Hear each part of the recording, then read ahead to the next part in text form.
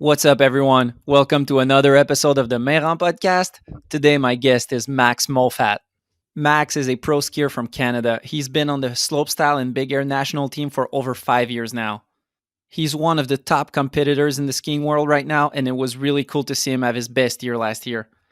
He got 2 World Cup podiums, his first X Games medal, and participated in the Beijing Olympics. In this episode, we talked about a bunch of stuff ranging from the difference between big air and slopestyle competitions, going to X Games and earning his first medal ever, going to the Beijing Olympics to participate in both big air and slopestyle, participating in the slush games, signing with Armada, and a bunch of other stuff. Little side note, we recorded this episode before Max signed with Red Bull, so that subject isn't discussed in the episode. Big shout out to the sponsors, Planks Clothing, Axis Board Shop, and Dick Ann's Restaurants. Also, big shout out to the patrons on Patreon, Olden Baldassi, Sam Chef, Ryan Bruninghouse, Laurent-Olivier Martin, Raph Diaz, and Will Cameron. Let's go.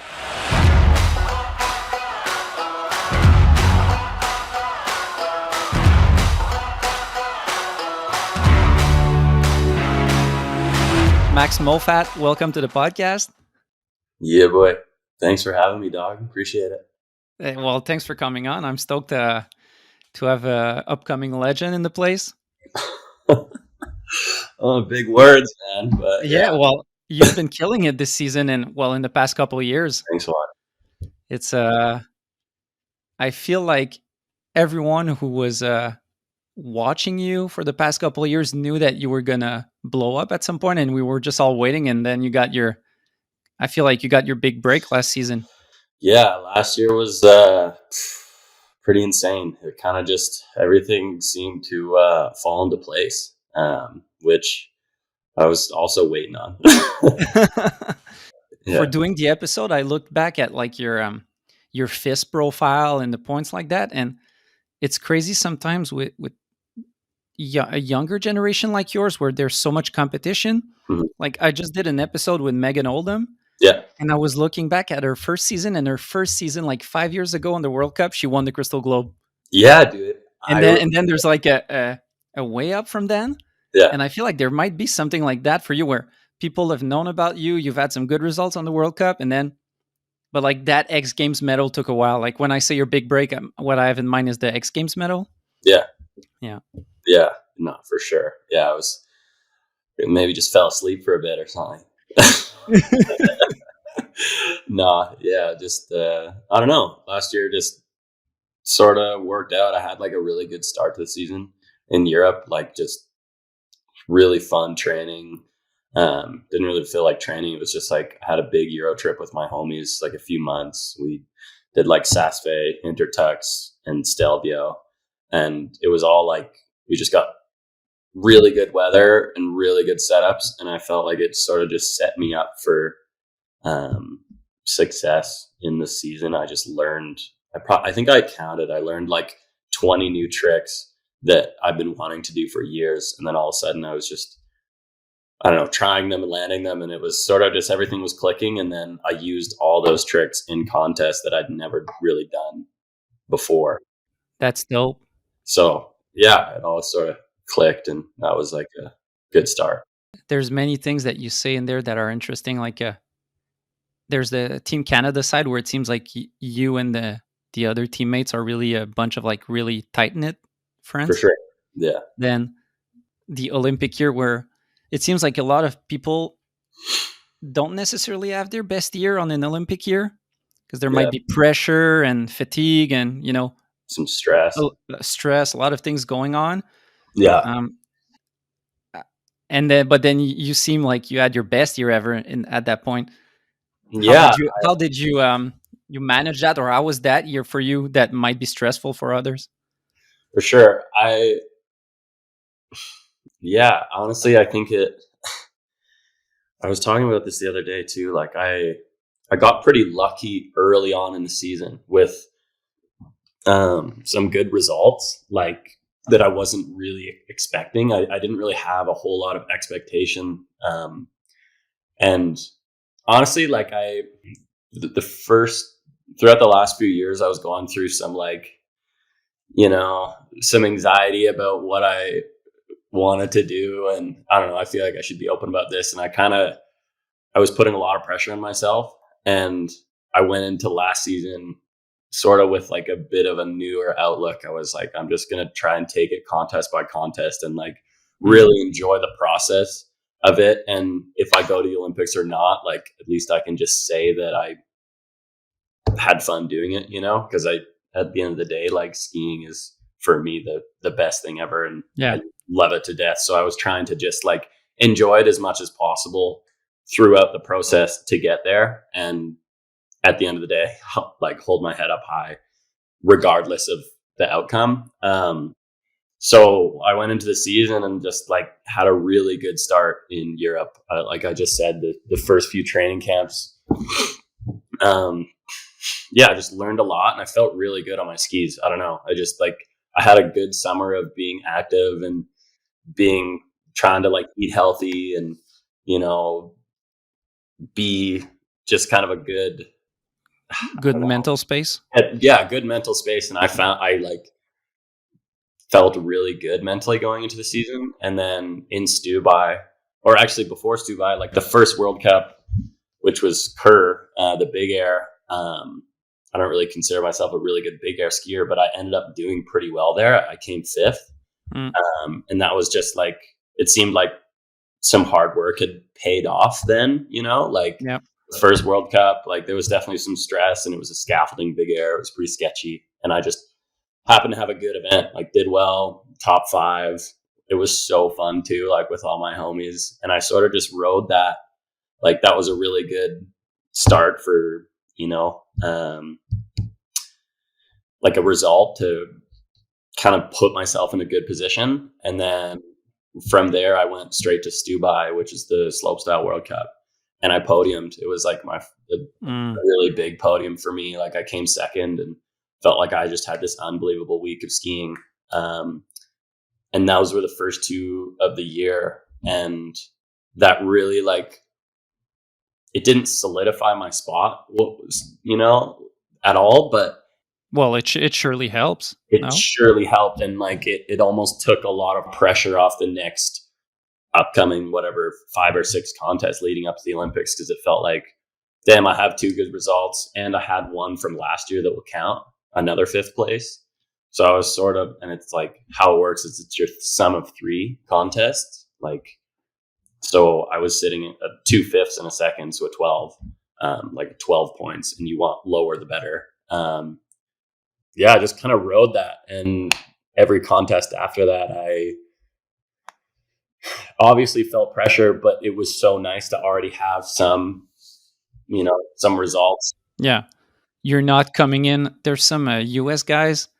I don't know if it's still the case, but there's some U.S. guys back in the days. I remember that like clinched their spot a week before the Olympics. Exactly. Which must be like, as you were saying, like there can be so much anxiety caused from that. So much. For nothing really, where like it's not necessary to have it that tight schedule wise. Yeah, exactly. And surely it must help when you're like, Stubai is 4 months in advance, so you kind of have. It was quite a bit of time. You can sleep well at night a bit. Yeah, I know. And honestly, I think that helped me so much. It was like, I just got lucky. Like I had results early, and then I like to say you create your luck.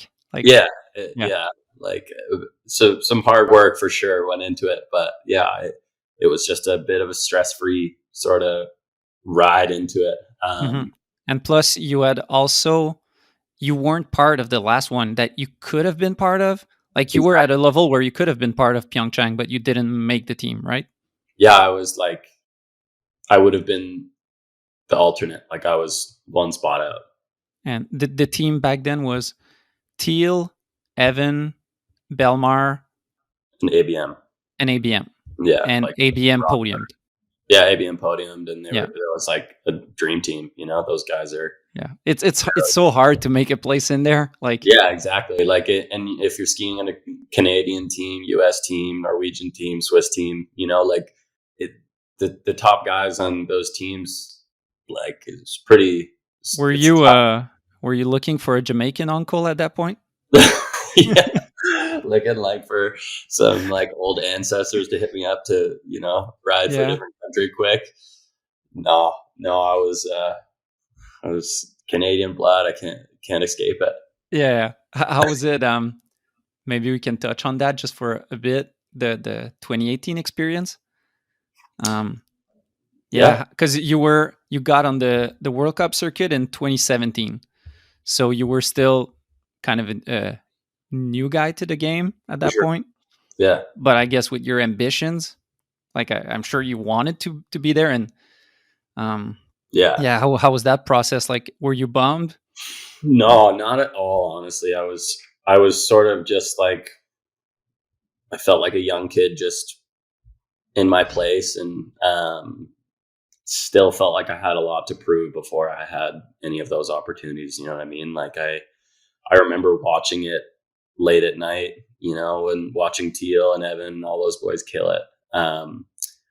And yeah, for sure, it would have been sick to be there, but I didn't feel like I had the results then to really back my, like, if I would have gone, it would have been a bit strange, I think, because I hadn't proved myself to be in that spotlight yet. And those four people had proven themselves time and time again, that made the Canadian team for that 2018 Olympics. Yeah, So, yeah, it was honestly, it was cool for me to even be the alternate then, like it was like in my mind, like, damn, I was, if I had maybe had some other results, it would have been cool to be there, but it wasn't like I was super bummed about it for sure. yeah. And now it's time for a first sponsor break. If you listen to this podcast, you know Axis Board Shop is the dopest shop in skiing. They support athletes, movies, events, and a bunch of other stuff related to skiing and snowboarding. I've been to their shop recently, and they're ready for ski season. They've received all the new skis, boots, outerwear, and every other thing you'll need for this season. So if you're in Quebec, go check out Axis Boutique in Saint-Sauveur, or you can check them out online at axisboutique.ca.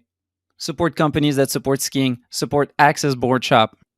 Is the alternate like an official title? Like, is it like if someone blows his knee, then they fly you out, something like that? I honestly, maybe alternate is not even the right word. It was like I was shortlisted or something. So yeah, if something went down before they went over, maybe I would get a call, but it wasn't even like, it was like a short list, like slash long shot. You know what I mean? Like it Yeah, was not really a because conversation.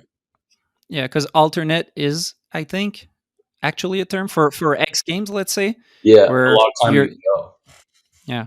Yeah, so I didn't like, they didn't fly me over or anything, but it was more like if something had happened, in the weeks coming up, like if someone got hurt in the last qualifier or something, they might have pulled me up. Mhm. But yeah, That's how she goes. that's how she goes. You talked about the role you were on this season, starting off in with Big Air Core. Is that how you say it? Core? Yeah, it's like CHUR. I don't know. Yeah. I've heard a lot of different ways, like poor or But I cool. remember watching the live stream last season. It seemed like a really dope comp. Dude, Like yeah, the whole town there. it was insane. Yeah, it was that. Like that's the event I'm going to, like in the next week or so. I'm actually flying out to Europe tomorrow to go ski a bit and then go to that event. But yeah, like it's sort of like a big music festival in the small little city in Switzerland, and they have like a bunch of headline big German rappers that are super really big over there, and I don't know a lot of their names, but it was like sort of like the music festival was the big ticket attraction for all the people that would come, and then the Big Air was just like, who doesn't want to watch this as well? It was like the big stage here, and then the Big Air literally right beside. So yeah, people are definitely entertained. And then behind it, it was like party tents and food. It was like a huge carnival, just mayhem pretty much. And the event was just set up really well. Like the jump, I wouldn't say it was the best, but they did some work on it to make it okay. And yeah, I like It made progressed a sound. lot though. Like Right? it progressed a lot, the scaffoldings, it seems, because I remember like 10 years ago people were doing dub 10s, and it would seem like the limit, and now like Yeah. you guys are doing the tricks that you would almost do at X Games. Like it seems pretty similar. Yeah. I feel like people have just gotten really good at doing Yeah. big tricks on smaller jumps. Like Mm.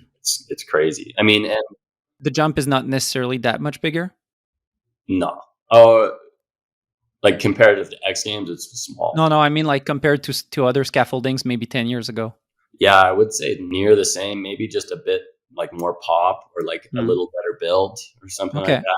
Yeah, but I remember the first few days of that big air was like people were bummed. Like it was a sketchy setup. And it was like a crazy big step down. And then they did a bunch of work literally the day before qualifiers to like build up the landing. So it wasn't as much of a step down. And then the transition wasn't as like quick. It was like a little better. I really liked it. It was super fun. A lot of people weren't like, I bet a lot of people, if they're listening to this, was like, Max, you're an idiot. Like, but, uh, yeah, What did people have against the jump? I don't know, dude. That like people have their way to complain about it. I don't know. Like a lot of people just weren't down with it. Okay. With it was some wind too that was kind of getting to it. Like especially for heat two. Like heat one was in the morning and it was sunny, beautiful, no wind, and that's what one I was in. So maybe I just have a different experience. Yeah. And I was in the start, so like no wind, slushy landing, perfect takeoff. And then by heat two, it was like kind of getting a bit darker. So like maybe dusk. So it was like icier, probably a lot windier, like sketchy speed. So I think people were not as down. Like a few people dropped out before they even competed. Hmm. So, but that happens. Like it's just Yeah. unfortunate. There's a lot of stories from slopestyle or bigger competitions being just canceled due to bad conditions. So I guess that you're used to that, or not used, but you got to deal with that. Yeah, you always got to deal with it. It's no one's fault, and everyone always tries to blame the organizers, and it's like, what can you do to Mother Nature? Like, just do what you got to do, and if you're riding in less than ideal, conditions, everyone's riding the same conditions, so unless you're in two different heats, and it's unfortunate, but yeah. Yeah. And what was your trick? Was it the dub bios slash? Well, Yeah, how do you call the ones you do? Do you think of them as misties or bios? like a dub bio 16. Yeah, Yeah. that's the trick I did. Dub bio 16 Japan. Sometimes I like mork them. It's honestly like a bit of a like Tell me what does morking means? like in between cork and misty. So like you're kind of just on this rotation that doesn't really make a lot of sense, and it's sort of like if you're really bad at taking off, doing a double cork instead of like popping your hip up and really going backwards, it's sort of like you're throwing almost forwards but sideways. Right. Like maybe if you've never done a cork 7 and you try one, that would be what it looks like. Kind You of to the usually land, side. yeah, to the side. You usually land back seat and whatever. Yeah, those dub bios are really good. Thank you, dude. Yeah, I appreciate it. Like we don't see much dub bios. There was a ABM always had some in his runs. Yeah. Vinny Gagne in Big Air, but it's a why don't you think we see that much dub bios? Dude, Is yeah. it a harder like angle to spin? Growing up, not doing it a lot. Like I didn't do it a lot until a few years ago, and then I remember seeing Burke Rude doing like dub bio 14 mutes like a while ago and being like, that is the most insane trick ever. I will never be able to do that. Like I can't even fathom it in my head, And then just like started doing bio 7s for fun, like on jumps and getting more comfortable with them. And then I like learned a dub bio 10 in the Yukon. And I remember being like, oh damn, maybe like I could do some stuff like this. It was just a slow progression. And then I started doing them, and like it's just a trick that not a lot of people like go to. It's just uncomfortable for some people, like throwing forward off a jump. It's it's like going against the way the jump works. You're like going Right. backwards and then forwards, and like it's a lot easier to set like a cork rotation. Back in the days, I remember seeing the first switch dub misties. Yeah. And thinking those looked like the scariest trick I could ever think of. So scary. Yeah. But then some people caught on to it a bit. Like it's not that popular, but people do it. Yeah. Oh yeah. But dub bios are still not popular. It seems that maybe that's the scary one.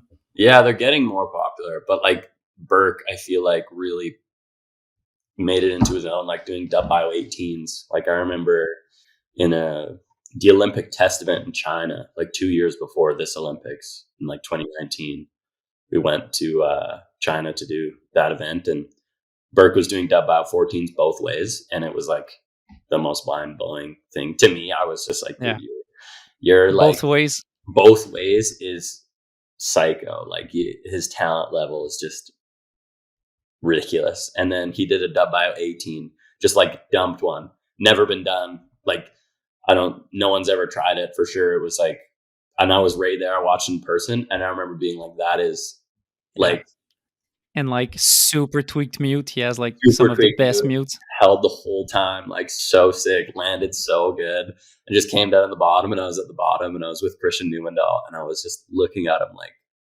you're a god. Like, what? You know, those moments where you just don't have any really words. You're just like, that is, it's fucked. Yeah. Yeah. And now it's time for another sponsor break. I'm stoked to have Dickens Restaurants as a sponsor once again this season. I've been a lifetime fan, so I'm always happy to share the good word. Dickens is a family owned fast food restaurant chain with 12 locations in the Montreal region. They've been famous since 1954 for their great food, especially their flat hamburgers and their spicy sauce. Talking about their sauce, it's been available since last year in many Metro grocery stores all over Quebec. Dickens is my number one fast food spot, so if you come by Montreal, you gotta check it out. Support companies that support skiing, support Dickens restaurants. Well, I guess that's the times where you you've had more success in your career up to now in slopestyle Mhm. versus big air.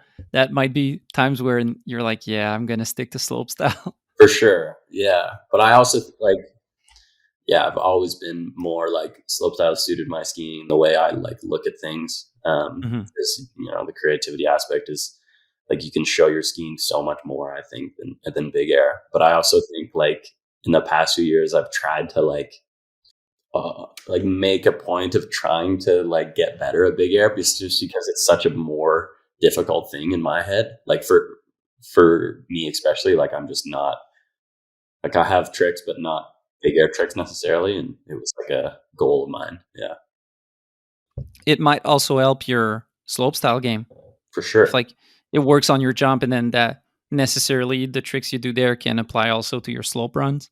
Exactly, and that's what was happening. You know, like the WS16, I learned early season last year. I took it to, you know, that was like my last trick in my X Games run. So that was like, you know, a big like deal for me for sure.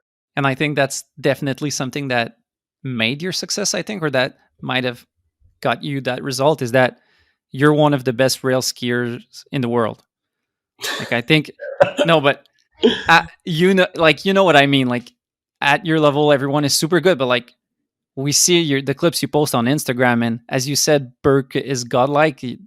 I think people would say like what you're posting is godlike on the rails. Like you, but then if you add on some jumps to that, then it's hard Yeah, to beat.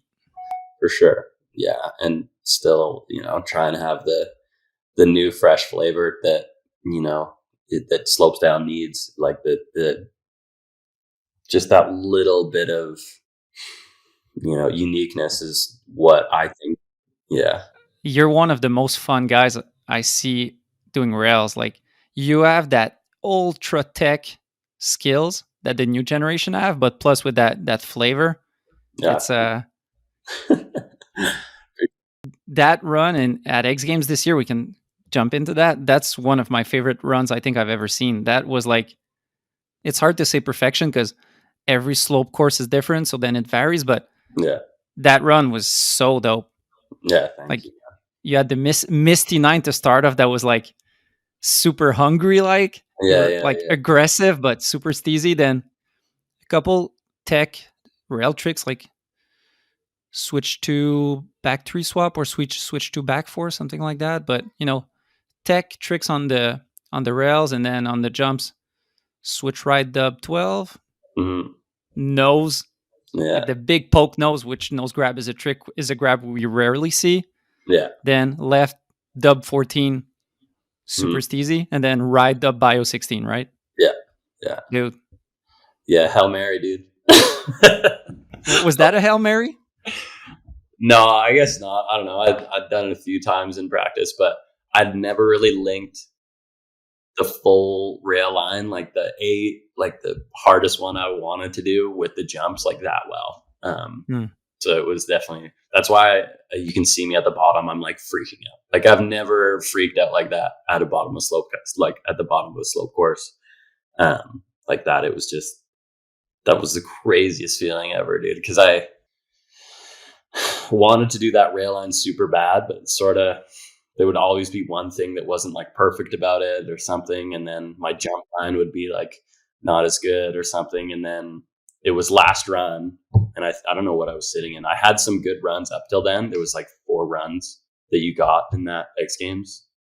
And I was sitting in a good spot, but I really just like wanted to land this full top to bottom. And it was one of those things where like you envision it, and then I landed and it was like exactly how I wanted to do it. You know what I mean? Like there's nothing that I would have changed, which is rare in a slope style. You always have something that you're like, oh, that could have been better. Like, oh, that was like whatever, you know, like I didn't grab that super well. And that run, it was just for me, like best run I've ever done. Like it was just kind of put it all on the line. So right at the bottom. Yeah. At that point, on the 4th run, you were 3rd. Yeah. So I'm guessing you might have had that like, okay, I'm on the podium, kind of. Let's push it. Yeah. Kind of that good energy. Yeah, exactly. And I was like, I remember being at the top, like a bit stressed, obviously, but like just trying to breathe. And then before I dropped in, I like kind of smiled, which is like, it was rare for me. Usually I'm just like, go. And I like tried to take an extra second before I dropped to be like, all right, I'm just happy to be here. You know what I mean? Like this is a sick opportunity to just like be with all these people, be in this contest with like something I've grown up watching, you know, and like be at this level. And I kind of just thought about that right before I dropped in. I think it was like a good like swing thought, if that makes sense. Like, you know, when you're Yeah. golfing and you want to think about something good before you hit, you know, it was like a good pre-run thought. And then, yeah, just all worked out. I think that's definitely a good thing to do, because Yeah. I did an episode with Henrik recently, and he said the same exact thing for his X Games medal, and not his Really. X Games, sorry, the Olympic medal. He was like you, close to the podium before his last run. Yeah. He knew that if he landed his nose butt triple well, it would put him on the podium most likely. Yeah. So he was like in a confident place, in a positive place, and he was like telling me that he was just grateful to be there. That it was like he remembered being super happy at that point and being like, I wouldn't want to be anywhere else. And Yeah. then it's like, well, I guess it's like a positive outlook that you have that influences that. Yeah, exactly. You kind of like calm your body down with those thoughts, you know, like when you're, it's like you think positively and you know, stuff like positive stuff will happen, you know, and it's sort of like corny or whatever to say, but it works so much in competing. Like the mental side of it is just like so far beyond. I think that. It loosens you to not overthink your run, because if you were in 3rd at that point, it means that you landed a great run. So Mhm. you've landed it. It's not as if like you whiffed all your run and then you're stressed or whatever. Yeah, You've landed a run. You know you've done it. It's just like, okay, well, I'm gonna do my like have fun and try to up it. exactly. And I think that's the like the place you want to be as well. Like who knows? I probably wouldn't have had that same thought if I'd just bailed on all of my runs until then. You know, probably would have been sweating a little more. Yeah. But Overthinking about whatever you whiffed, being like, "Oh, okay, now I don't want to whiff it. And then you're like maybe overthinking stuff. but you know, I test it. I like it makes sense when that Henrik's doing that. You know, he's the Don. Like, you know, I talk about Berkerud being the god, which, you know, he is, but Henrik is really like the end all be all. Like I don't know. It's hard to even describe him. You know what I mean? Like He's the GOAT. he's the goat. Yeah, like He's the GOAT. yeah, it's crazy to even like surround yourself with him. Sometimes I'm still like, damn, Henrik, you're the best, you know? And not How even, is it? Tell us, for us mortals that don't have that chance, how is it oh, dude, skiing with him or like, shredding with him? yeah, it's awesome, man. I feel like Henrik always had like his, perception of the public as being like this happy, awesome, dude that just like loves skiing so much, and it couldn't be more true. You know what I mean? Like when you're with him, it's insane how he's done it for so many years and how like experienced he is. Like how just his ski IQ is so high. That's how I describe him. Like he just knows everything, and I think that's what plays into his like strengths as well. His like knowledge of all the past and present of like everything just makes him into this like superhuman. And I think that's like the coolest part of being around him for me is like, I don't know, I saw him in New Zealand and we were out after Jossie's event, and just like had a big chat with not just him, but like, it was like Wacko and Bo, and Hot Laps, and Henrik and I think we were just standing outside of Domino's. And like Henrik was just dropping facts. You know what I mean? Like he was just, we were just all listening to Henrik, like, you know what I mean? Like all the boys knowing exactly our place, being like, damn, Henrik, like respect. It was sick. It was sick to hear just like his, I don't know, just where he's at. And now it's time for another sponsor break. The season is here and Planks Clothing is there for you. Planks is a movement of humans creating change through skiing. Skiing is a mind-altering experience. The mountains bring together a community of obsessive riders, roamers, and revelers. Their vision is to build this global community all bound by shared vibes and hooked on riding. Drop 1 and 2 of their 22-23 collection is now online at planksclothing.com. This collection celebrates Manchester, Planks' second home, its people, and its influence on the gear they make. Proper good gear that'll stand up on the harshest mountain conditions and everything else the universe throws at you. Check them out at planksclothing.com. Support companies that support skiing. Support Planks Clothing. Yeah. Yeah. And it's you're right about the perception people have. What I think people might miss sometimes is that yes, he's super passionate and loves skiing and all of that, but what adds to it regarding his success is that he's super smart and strategic about skiing, but not just skiing, the competition style and all of that. Like he doesn't just do a trick in competition because he likes it. There's also a play of what the other people are going to do, what's the format. Like he's playing chess mixed in with his super talent, so then that's what makes him. Yeah, exactly. And it's like the combination, which is so rare, of the hard work, like the crazy work ethic, the insane talent, and the like humbleness that he has. Is just like it's in each sport. I feel like there's a select few that like have that, you know what I mean? Like the people that, are not just incredibly athletically talented. They're, as I said, like the ski IQ and what you say, like, I couldn't agree more. It's just like, he knows what to do and knows how to like make it his own still, which is so important. I want to touch on something with Henrik, but let's get back to the X Games for a bit. Oh yeah. Take me through how you how the X Games was, maybe in the light of being just before the Olympics with COVID and all of that, but also how do you put together that run and that course? Because let's say that first rail where you do a Misty 9, like that doesn't look like a rail that's asking for that. Nah. Yeah, I could go on forever, honestly, but go ahead. I'll start with like, before even going to X Games, it was obviously COVID times, so super stressful in the way that like it was the week before leaving to the Olympics, and by then, like I knew really, like I knew I was going, but it hadn't been official, like I knew I had a spot, just with team rankings and stuff. Like I was pretty locked in, but it hadn't been like official. I hadn't gotten the call being like, yeah, you're in, but I knew it, Hmm. and the Canadian team was pretty like, I'm not hating on it at all, but they were pretty against us going to X Games, like, which is super fair, and I totally understand their point. They just, they put a lot of money into us. Um, Yeah. And they don't care about X Games, they care about the Olympics.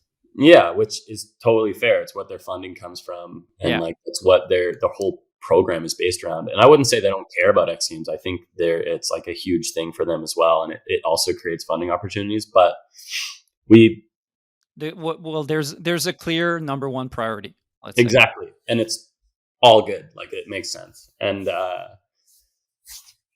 week leading up, getting sick at X Games from COVID or getting hurt is a huge risk going Hmm. into the Olympics. Like, and it always is that way on every Olympic year. The X Games is right before, and everyone is sort of like in this weird space where like, do I go? Do I don't go? Do I try hard? Do I don't? You know what I mean? Yeah. And for me, any opportunity to go to the X Games, I'm going to try my hardest. Like, there's no doubt. I'm gonna take that opportunity when I can, because you don't know how many you're going to have in your life. Um, with what can happen, I'm going to go regardless. So I went, and I was, told not to go, but a lot of my teammates went anyway. So it was like, we're just going to do it. And I've never been that COVID strict in my life. Like it was, I usually am not a super huge, like I'm not very, I don't care too much about risk usually. But at that time, I was scared of getting sick. Like it puts me, if I tested positive, I wasn't going to the Olympics, and I wasn't going to, you know what I mean? And which is like a huge deal. But it was a risk I thought about a lot and was willing to take. And I think that's what everyone sort of was at that time. So I flew to Aspen, rented my own car, rented my own place, ordered groceries online, and when they got there, I was like wiping them down, with like I was that guy, you know what I mean? And I did not want to be that guy, but I was. And I skied with a mask. Like there's footage of me always with a mask. Yeah, all of Team Canada was like repping the N95. Yeah, Megan told me the same thing, that you were kind of yeah, you were incited not to go, so then they were like, you better not get sick. Yeah.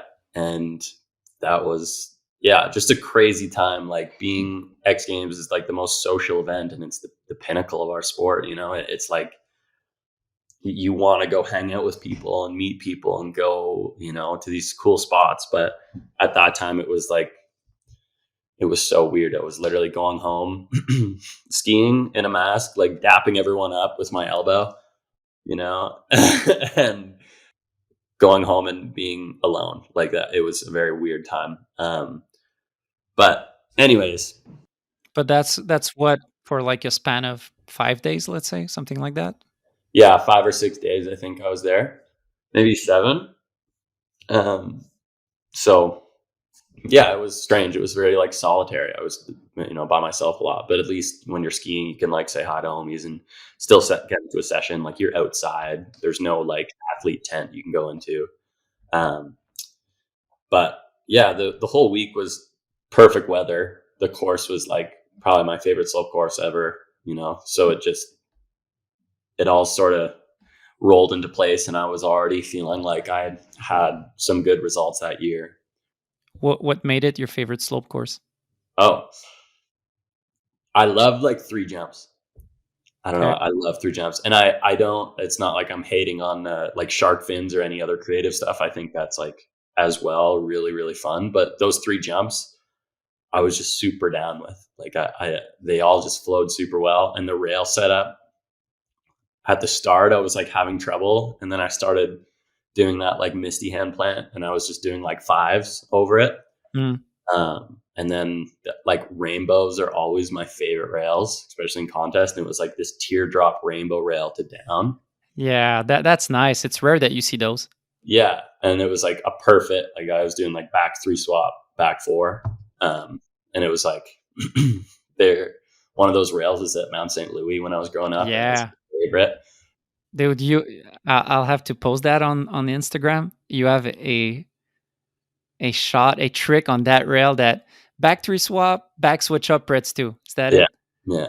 I rewatched it stalking you before the episode, and I was like, holy shit, that shot is so sick.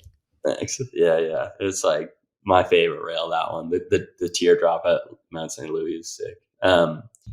Everything at X Games was going well. And I just felt good about my skiing. I kind of already talked about it before. I like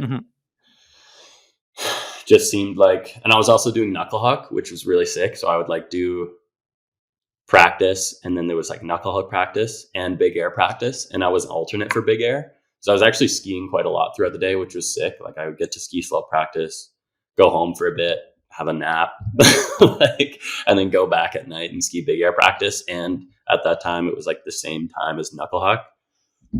So it was just like 6 sessions the whole week with really sick people. And like Evan was there, Eddie was there, Megan was there, Teal was there, like all my team, but I wasn't staying with them, which is so weird because I'm always staying with them. I was just solo. Slopes like that day was still the most insane day ever. I had, like podiumed in. Did you have kind of a good feeling going into it at the beginning of the day? Was it like, okay, Really today's good. going to be a good day? Yeah, I woke up, looked outside, bluebird. Like it was almost like when you're a kid on Christmas morning and you get up out of bed and you're like like running around dancing, like I was When you're a kid and you wake up on Christmas Day, you know it's going to be a good day. exactly like your smile ear to ear. Like as soon as you wake up, it's like going to bed that night. You just want it to be, you want the night to be over. You know what I mean? You just want morning so bad. Like you want to fall asleep so bad because when you wake up, it's like instantly sick.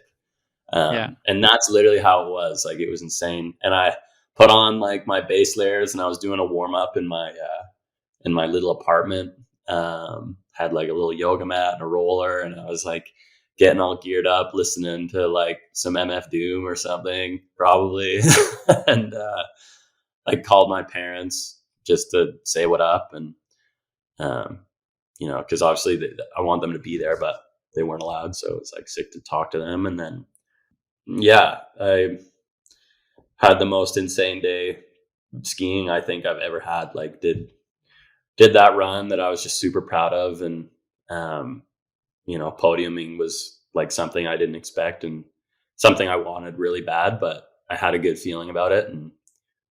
And it was just the funniest thing. Like I remember that run and like just sitting at the bottom waiting for people to come, being like, damn, I want everyone to land super bad, but I'm in second right now. And how insane would it be to podium, So you're like, you're wanting everyone to land their best stuff, but you're not wanting them to beat you, and it sounds like selfish, but No, but it's all good. It would be, I think it would be, it wouldn't be honest for anyone to say the opposite. Like, you're like, oh, you can have third place for today, but I'm going to keep my second if I can.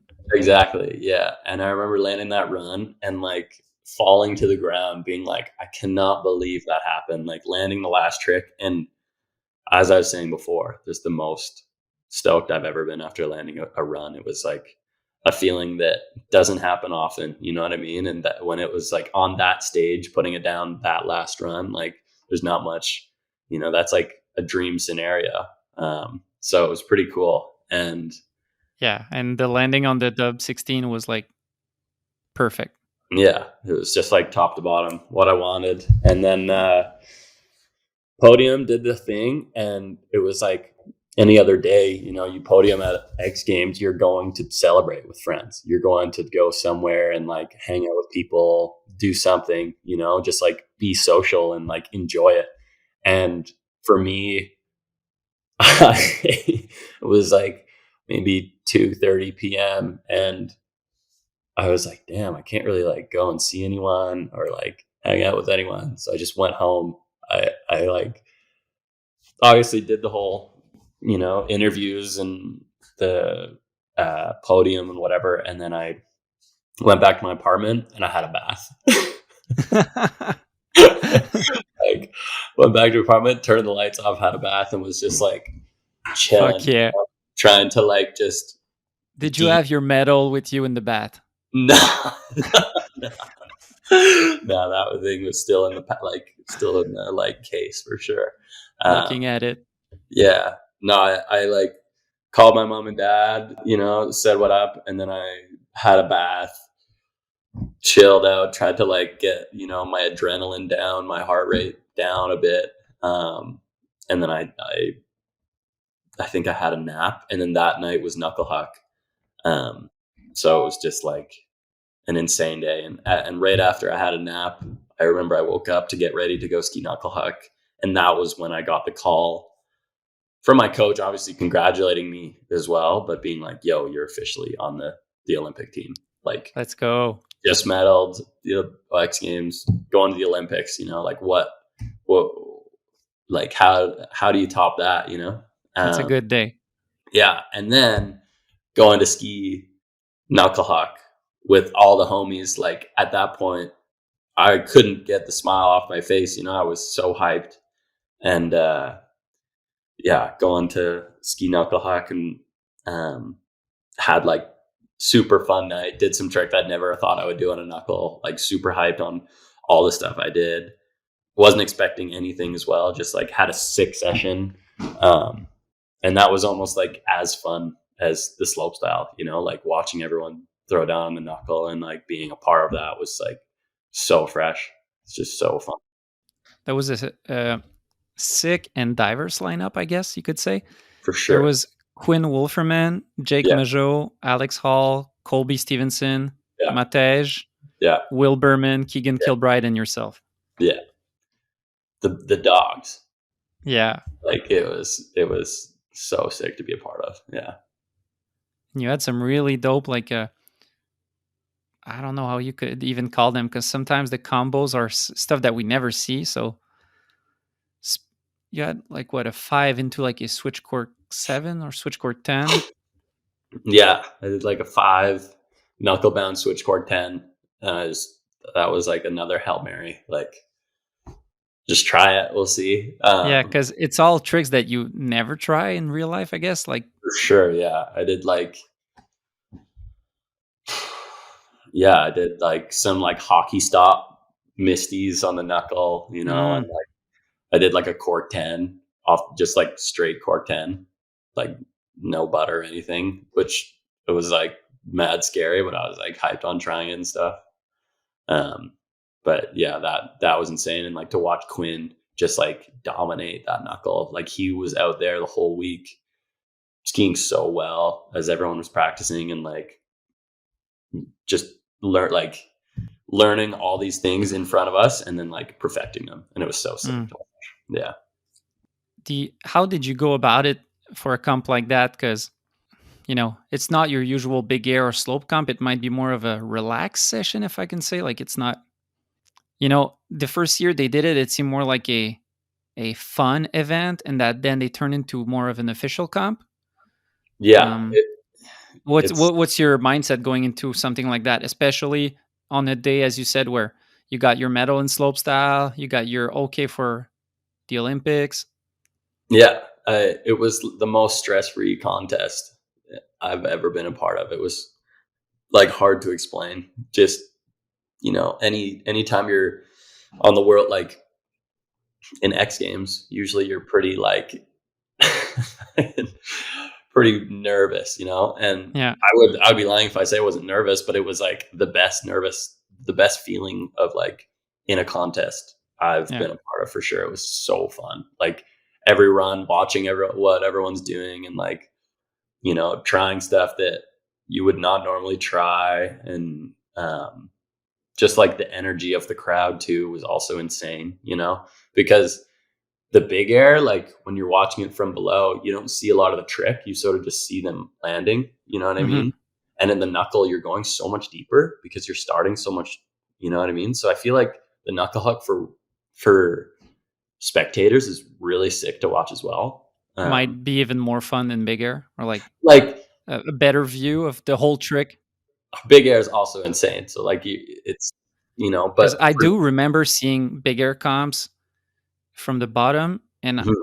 I didn't like it because I I had a hard time knowing the trick because the first half was kind of missing. Yeah, you don't know if they took off switch or regular, or, Yeah, or like what the exactly. I think that too. Like I watching on TV is almost better because you see like how big the jump is and stuff when you're way below, especially that landing so long.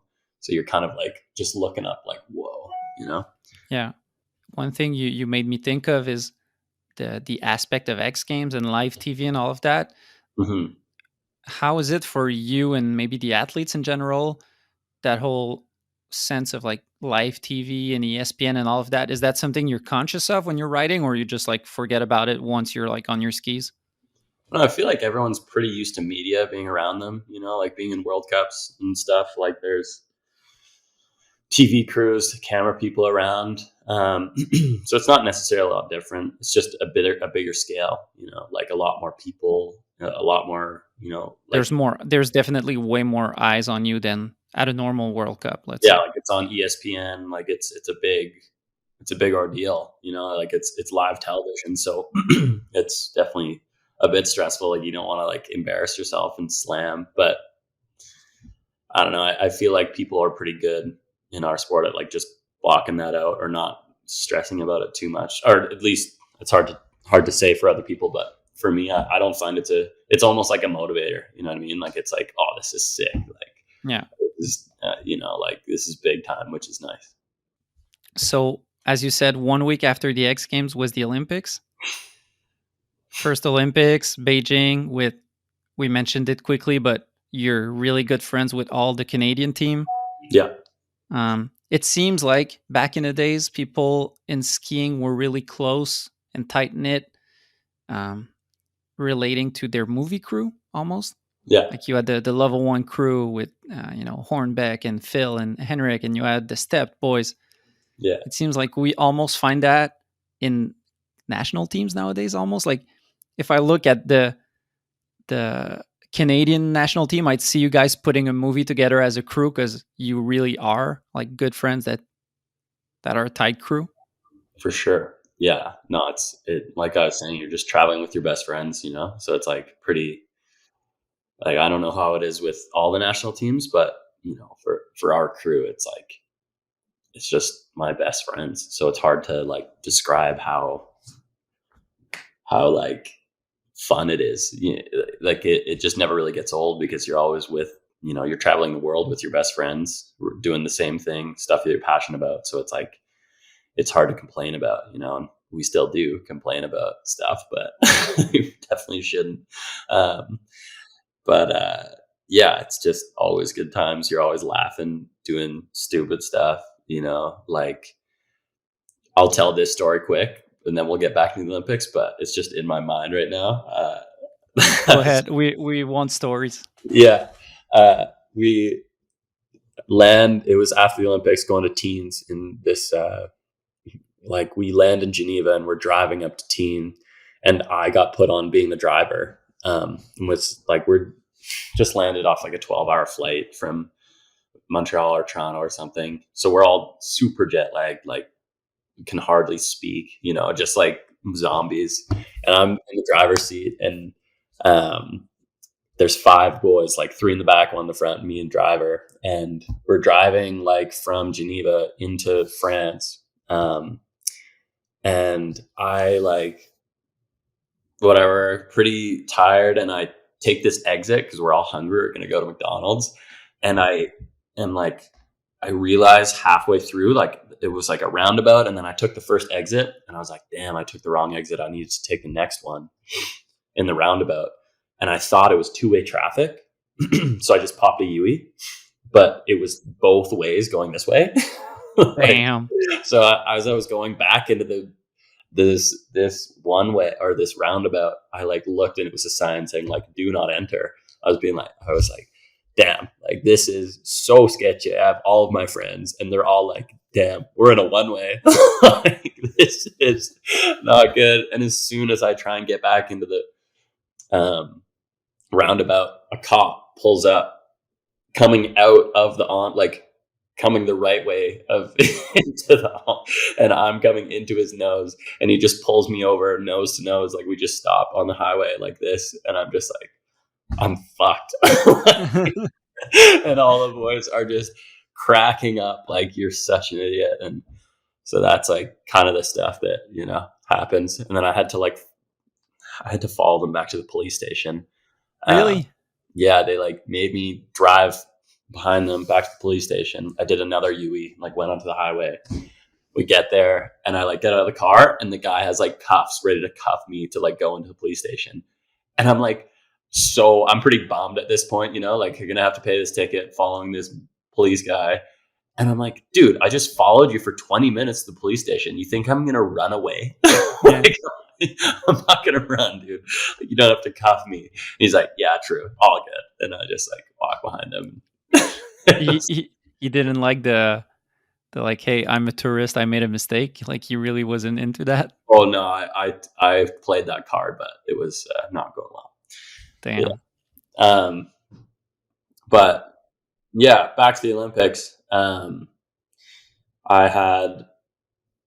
feel like a good starting point for, this conversation is, obviously the crazy COVID strict going into Beijing, like the getting on the flight, you have to do a bunch of tests, like a test every day for 6 days leading up to the flight.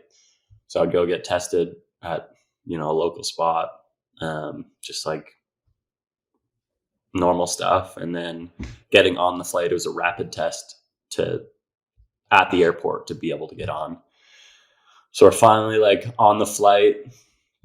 I'm starting to sleep, or like I'm finally sinking in, I'm going to the games. This is like crazy, Because with all those tests and everything, you're like always on the edge of Exactly. I might not go. Yeah, and I tested negative like 6 days in a row. So I was like, it's finally worked. I went to X Games, didn't get sick, didn't get hurt. It was worth it. Like this is, finally sinking in. And I go land in Beijing. We do another test when we land to get into the Olympic Village.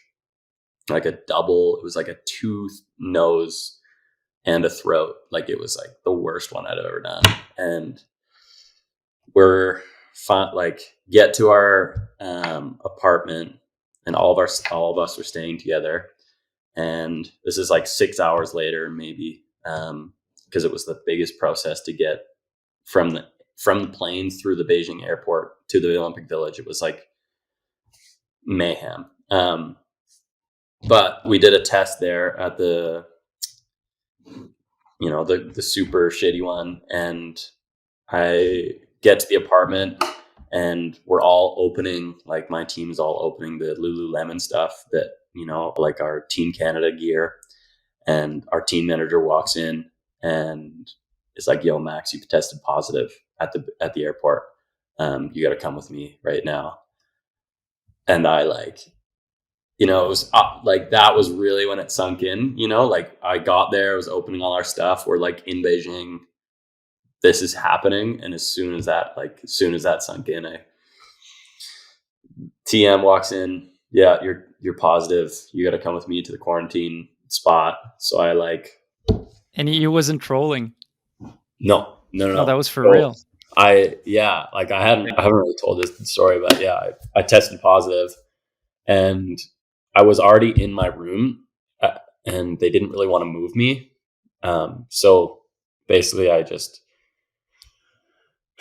was by my, just locked in my room, couldn't like leave or whatever. And all my roommates left my spot because we had just gotten there. And I basically, the only way I could get out of it was if I tested negative 3 times in a row. So then it would be like confirmed as like a false positive or like something, It was maybe the worst night of my life, dude. Like I had to get tested that night. Like as soon as I tested positive, these people in hazmat suits came and tested me in my room. That's scary. Like you're at the other corner of the world. Yeah. And like these hazmat suits don't look like friendly. No. It was full on. And it scared the shit out of me, dude. Like, so yeah. and the test result was going to come back in the morning. So I had to sleep that night on it and then wake up in the morning and see, and I was so jet lagged, so tired, and I didn't sleep a minute that night, dude. Like I was just panic attack the whole night, just stressing Mm. about like, cause if I had tested positive, it would have been 14 days in like a different hotel, in a quarantine hotel, like In locked China, all in alone. China, and then getting out of the country is like a whole hectic process, and you don't get to compete. Obviously, like you're gonna miss the Olympics. So that was like, Fuck. getting there on this huge high, and then all of a sudden just the craziest low. Like trying to pull myself together, and yeah, test came back negative, and it helped a bit, but I needed 2 more negatives. So in between each test, they had to wait like 12 hours or something. So I was in my room, locked in there for like 2 days almost. And we have quite a bit of time before, we start skiing or anything, just to adjust to the time change. But yeah, like the worst, maybe 35 hours or 40 hours of my life for sure, just waiting for these negatives to come back, because I'm like just so stressed. And then And like those Olympic rooms aren't like big condos. It seems like really small 1-bedroom room no, where it was just a cell. Like it was just yeah. So it's not as if you have room to exercise or whatever. You just oh yeah, you're locked in. And yeah, it ended up coming back negative after my third one, and I just could finally breathe. I was like, no way that just happened to me. Like that, it was just false positive. I guess it happens, and like yeah. I just happened to be the guy that it happened to. And like literally, I remember leaving my room and going to get food in the dining hall, because I hadn't eaten in like 2 days, because I couldn't. I was like so nervous and Fuck. stressed, and just like walking out, like how like like a wrestler walks into the ring, just like like the big dog, feeling like on top of the world, like, oh, like this is so sick. Just got out of jail. Yeah, I just got out of jail and just feeling so free, and like yeah, crazy time of my life for sure. I remember thinking like everything now after that is just a bonus, Mm-hmm. getting to ski and getting to be here is just a bonus. Like nothing Yeah, matters. it kind of resets your perspective 100%. Oh yeah, for sure. And how was the actual competition? You were in both big air and slopestyle. Yeah, The field is ultra stacked.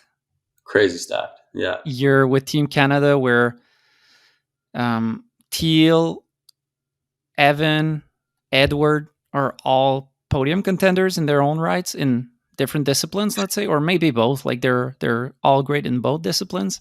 oh yeah, How was it? dude, epic. Or maybe we can start with big air. Yeah, You didn't make finals, no, but looking at the results, like you were around 20th.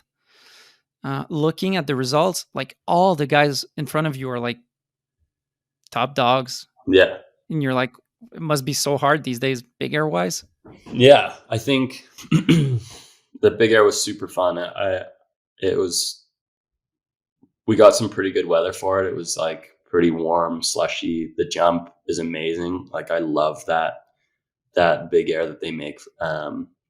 It's like that. It looks like it's part of an old nuclear plant, but they build Mm-hmm. this like huge metal structure to make this perfect jump. It's like endless landing, perfect. And yeah, I didn't ski my best. I had, I landed my first trick was a switch 18 stale, which I did like really good and was mad hyped to land that. Switch 18 stale, plus the ones you do are like super tweaked. Yeah, I was like, for sure. Yeah, feeling super good after that. I landed that first run and was like, damn. And I was working on this trick. It was like a dub 12, but it was like a double 14 set. I would wrap. It was like a cork 9 in the first flip, and then a switch cork 3 for the second flip. So I'd do like a cork 9 stale in the first flip, and then like a a block switch cork 3, kind of like blind coming around to switch. Yeah. Is it possible that you posted one from New Zealand this summer? Something close to that? I don't think it was New Zealand. I posted one from like last spring in Absolute Park or something like that. Yeah, maybe. Yeah. Yeah. But I'd done it a few times. Like was feeling pretty good at it with it going into it, and then I just had like weird speed issues. I didn't like trust myself going fast enough, and I just landed pretty high on the landing and didn't grab it as probably well as I could have, and that's sort of what costed me. You didn't trust yourself, like meaning you were scared of going too fast? Yeah, because in that trick, it was like a lot of it has to do with speed, or that's how I thought of it. Because the last flip is so blind that I have to Mm, land. Like if I go too small, like I'm just gonna land in a mini me and fall over. But if I go too big, I can't really like save it because yeah. I don't necessarily know how big I am because you're looking Upwards. upwards at the takeoff, so you're kind of just guessing. Like it's really when you feel going off the jump, it's like that's how hard you're going to spin it, and you sort of just have to ride that out. Um, so yeah, I thought I was going bigger than I was, and I landed pretty high on the landing, and just wasn't. I still landed it and was stoked on doing it, but it wasn't my best, unfortunately. Yeah. But to take away from it, like the event it was the inaugural one, like the first big air that skiing had done. And I thought it was just special to be a part of, really, like the whole energy of it, and how everyone was skiing. And, you know, I would do each run and just wait for homies at the bottom and like, you know, support each other. And it was like just an incredible, especially on the last run. You know, I dropped pretty early in the heat, and you know, coming down to the bottom, waiting for everyone to go, and it was just, you know, I'd known I wasn't going to make finals, but it was like not the biggest deal for me because it felt like, you know, just showing off free skiing in that way and doing it like the way I wanted to do. I was like content with it, you know. Yeah. And there's always been a concern, or, you know, yeah, I guess concern is a good word, that big air might turn into aerials, you know, For sure. that it might not look good going forward into the future. It's been like a constant subject of Yeah. debate. And then there's there's the aspect of not going into the right direction, and then there's the aspect of being on the biggest stage, which is the Olympics. Yeah. But I feel like it didn't look at all like aerials. Like you No. guys showed big air in a great way. Yeah, and I think hopefully that's how most people saw it as well. You know, that's what the whole goal was. I thought. Like Burke's dub, what was his winning trick? Dub bio, right? Yeah, to qualify, I think he did a dub bio 16 and then a switch triple 19 Like, or something, like and something. then Henrik's nose butt triple, and like everyone was doing like free ski tricks, like Yeah, nothing wacky. and it was really cool to be a part of. And the thing I think about most still is, you know, because of it being in China, they got a nation spot. Um, and one of the Chinese skiers, his name's Jinbo. Okay. Um, and we all called him Jimbo.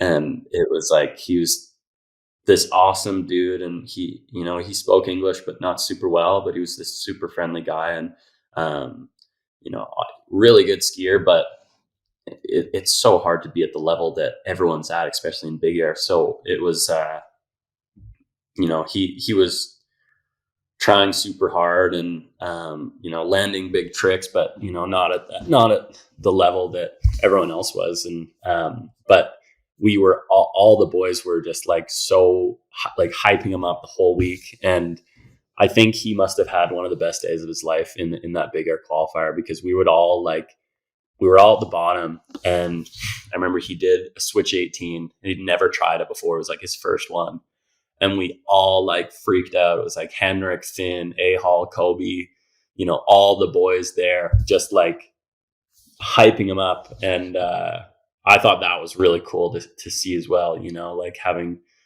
a kid like that that's underdog and, trying his hardest and, not necessarily a medal contender, but being there, like giving it his all, and all of us just like supporting him like we'd known him forever. That's the whole spirit of free skiing, where you're Exactly. in the park, your friend might not be as good as you, but that's not the point. Like Exactly. Yeah. if he's trying something and landing it, then Yeah. that's the whole spirit. Yeah. And that was for me, that was like the coolest takeaway of Big Air. Like I thought that was so sick. Yeah. Though, and Switch 18, it's like, was it Switch Dub 18? Yeah. Switched double 18. I think Oh, he missed it that's with me. crazy. But yeah, like just tried it, never tried it, and landed it. And like it was maybe a bit loose, but uh, for him, it was like he was being the Super Bowl. He was just like in his home country. All his peers were stoked for him too, and like I think it was just a really good reference.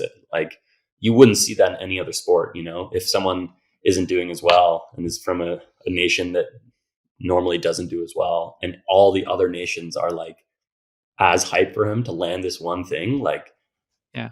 that never happens. And I think in skiing and in snowboarding, I think that was shown so well in the Olympics. Like for the snowboarding girls, like after the podium, they all like hugged each other and like had this like everyone like tackled each other because they were so hyped. It wasn't like anyone was like bummed or mega competitive, or like obviously mega competitive, but not like having anything against any other people, which was sick. Hmm. Yeah. That's really cool story. Yeah. Um, and then how was slopestyle for you? Yeah, man. It was cold. It was. I said the same thing to Henrik. The course seemed odd to me Mhm. because it didn't look like such a hard course from the outside, but from seeing the people go down, a lot of people were missing their runs. Yeah. It was probably the hardest slope course I'd ever been a part of, like slope style contest I've ever been a part of, for sure. The rails weren't necessarily like it almost is deceiving. Like the rails are these huge tubes, a lot of them, or like don't look super long, but that like rainbow on the very left side, the first rail, the rainbow to down rail was so long. Like just sliding it to get to the end was hard enough. And even that first, like the first rail on the right, the one I was hitting, it was like a tube to transfer to two down tubes, and both of them were like 30 feet, maybe longer, maybe like 33 feet or something, like each rail. So in theory, it's an easy rail, like it's a tube, so it shouldn't be that hard. But to get to the end of it, like you were going pretty fast. Like it wasn't like the rails were crazy high consequence, just long. Hmm. So that's what I think got to a lot of people for sure. Yeah, on your first rail, you were doing a switch up pretzel transfer that seemed pretty hard. Then switch cork for disaster. I had forgotten about that, dude. That's so sick. Yeah, thanks. Dude, that's a trick that like 10 years ago was a video game trick in my mind.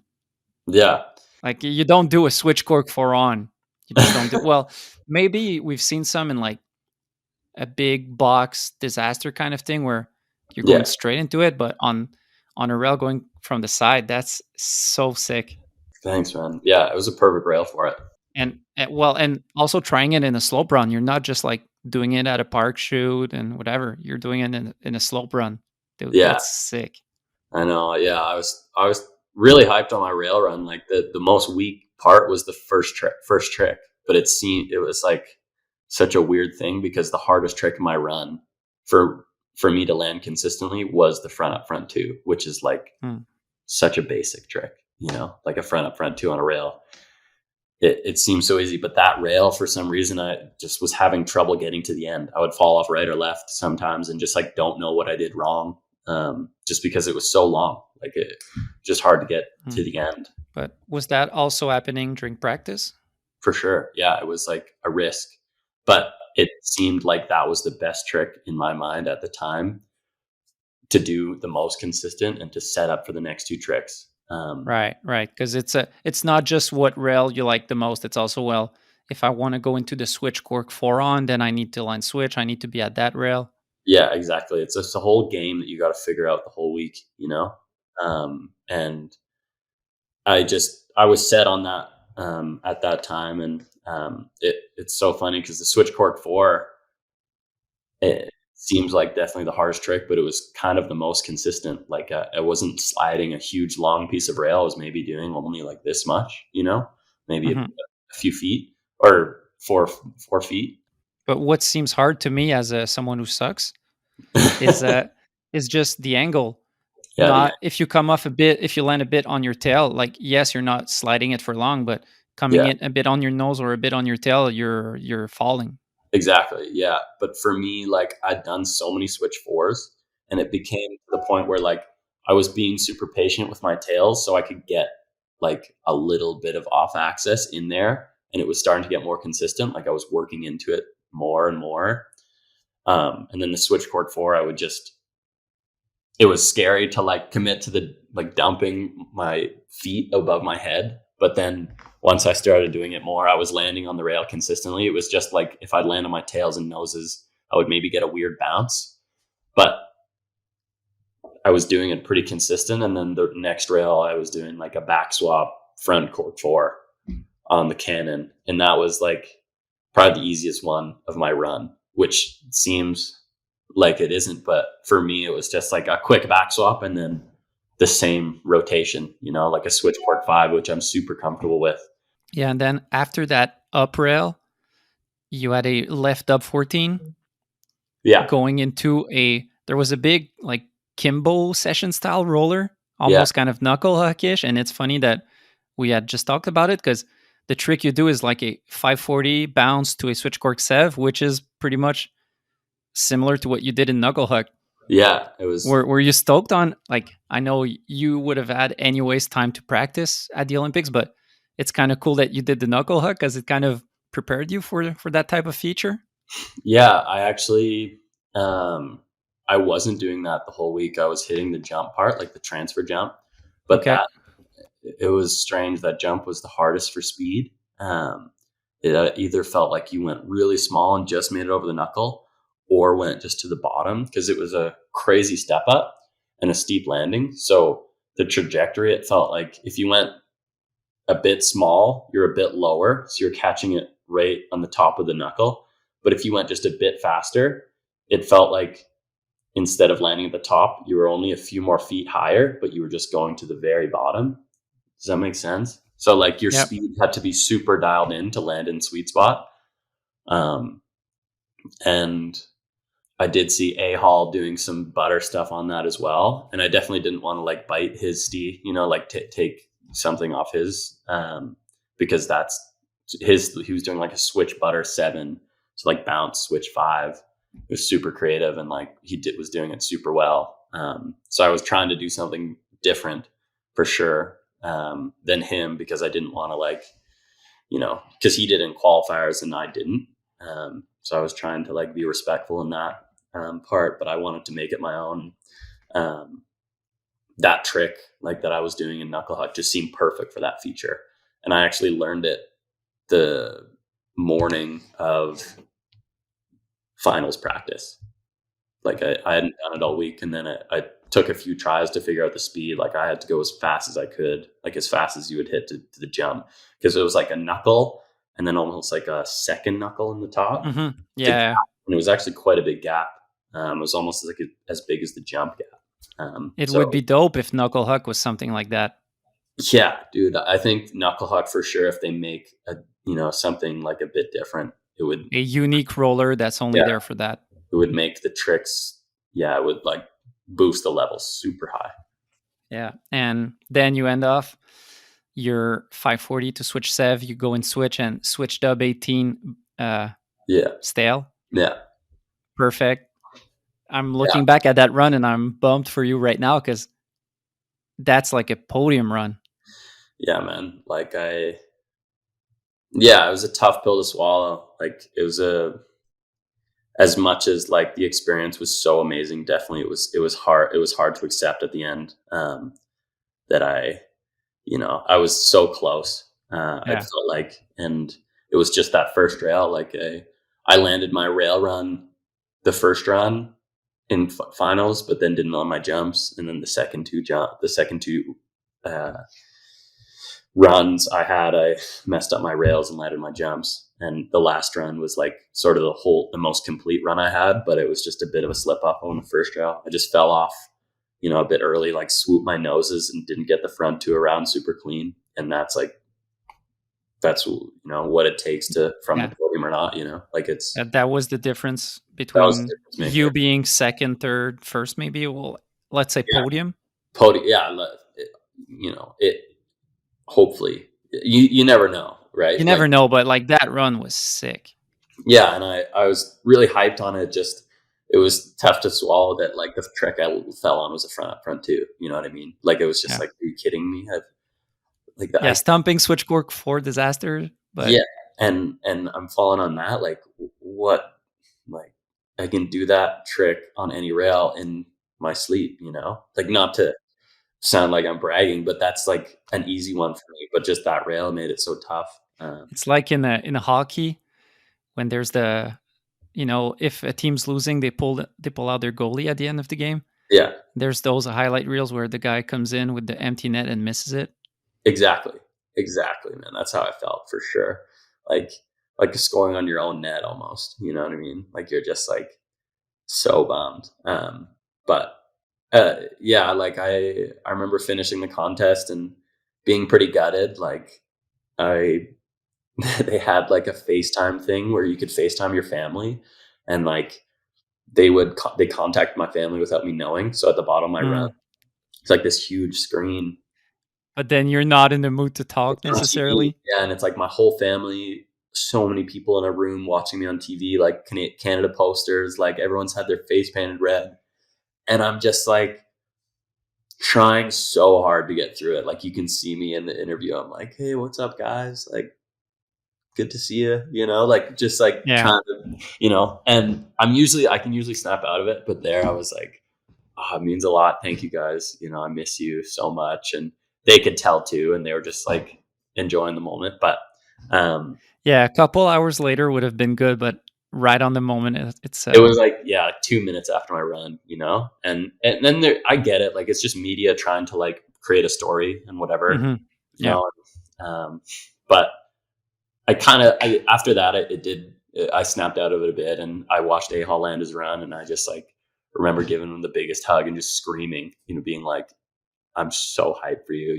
When he won, I remember like coming up to him and just like bear hugging him, because A Hall and I are super close. Like he's one of my good homies and one of my favorite skiers as well. And just like so happy that was the run that took it.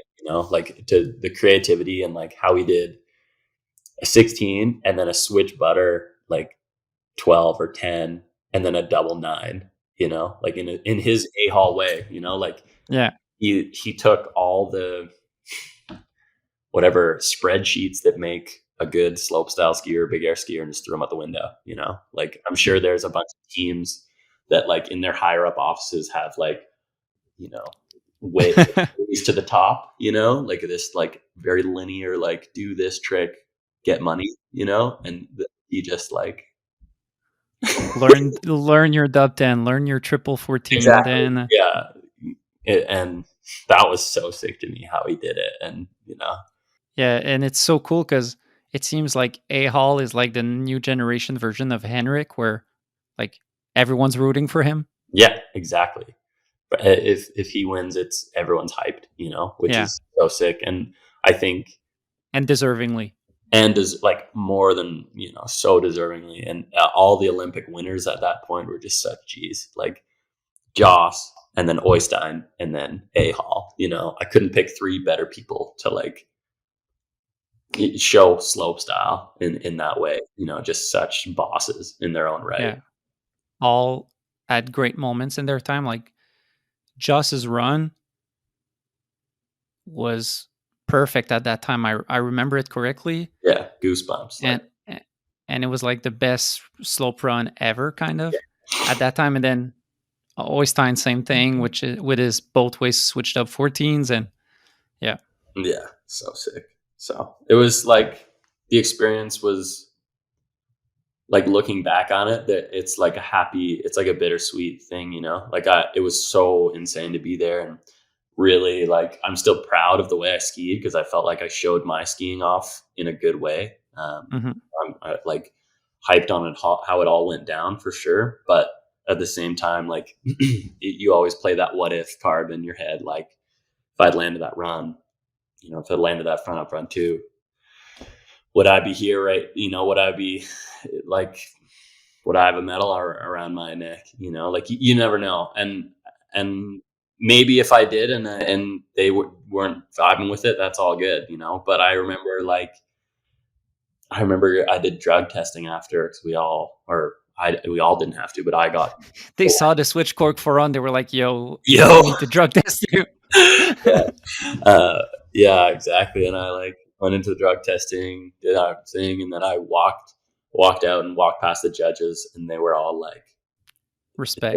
they, they were all, yeah, they're like really stoked on how I skied, but also like just a bit bummed for me. They're like, dude, like, you know, you can't really say it, but you would have been up there, you know, you would have been like Dude, exactly, you like know, like, I don't remember all the runs in my head right now, but I'm having a hard time seeing a better run than that. Looking at it, like that's as good as it gets. mm, yeah, Like forget the podium, just in the sense of like the individual performance. Like, dude, that's such a dope run. yeah, yeah. Thank you, man. Um, yeah, like it's you always want to like take away good parts about it, and I think I've done that, you know, relatively well, not like fretting on the past too much and trying to like live in the present. But yeah, definitely like it kept me up a few nights for sure. Yeah, um like it definitely gets to me, but all good. Like I think the overall experience and having like good times and not getting hurt, and like I don't know, it was really fun. let's go full cheesy mode. Do you have your eyes set on Cortina? Yeah, I do. um I'd be lying if I said I don't, for sure. Like I'm gonna. Because right now you're like in your prime. Mm, Like you're one of the best in the game right now. thank you. Well, Yeah, hard. It's weird to see myself like that, for sure. It doesn't seem, you know, in my head, it's hard to think like that for sure. But why? I don't know, man. It's just it's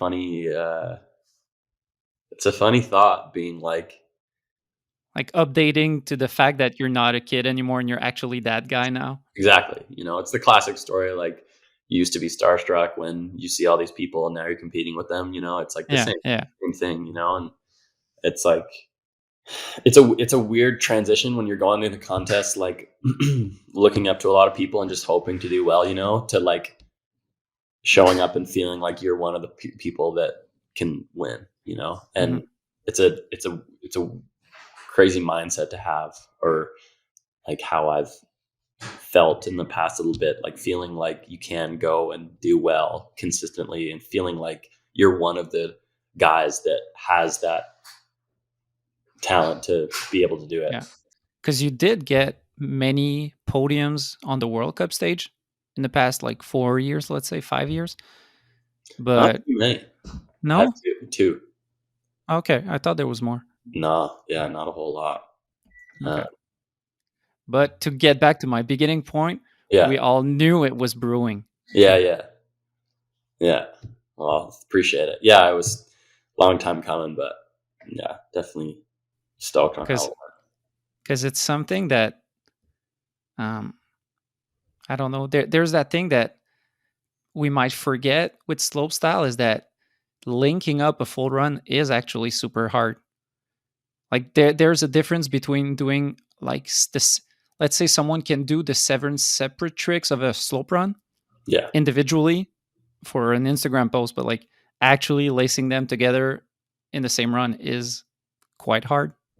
it's super hard. Yeah, it's like, yeah, it's a task, man. It's tough, but I think that's what makes it so rewarding as well. Like being able to think about a run that you're super hyped on, and like being think about a dream run that you think you're able to do, and then being able to like work your way towards it and build up towards it, and then putting it down in the time that matters. I think that's what like makes competitive like comp skiing fun, is like that battle against yourself. You know what I mean? Hmm.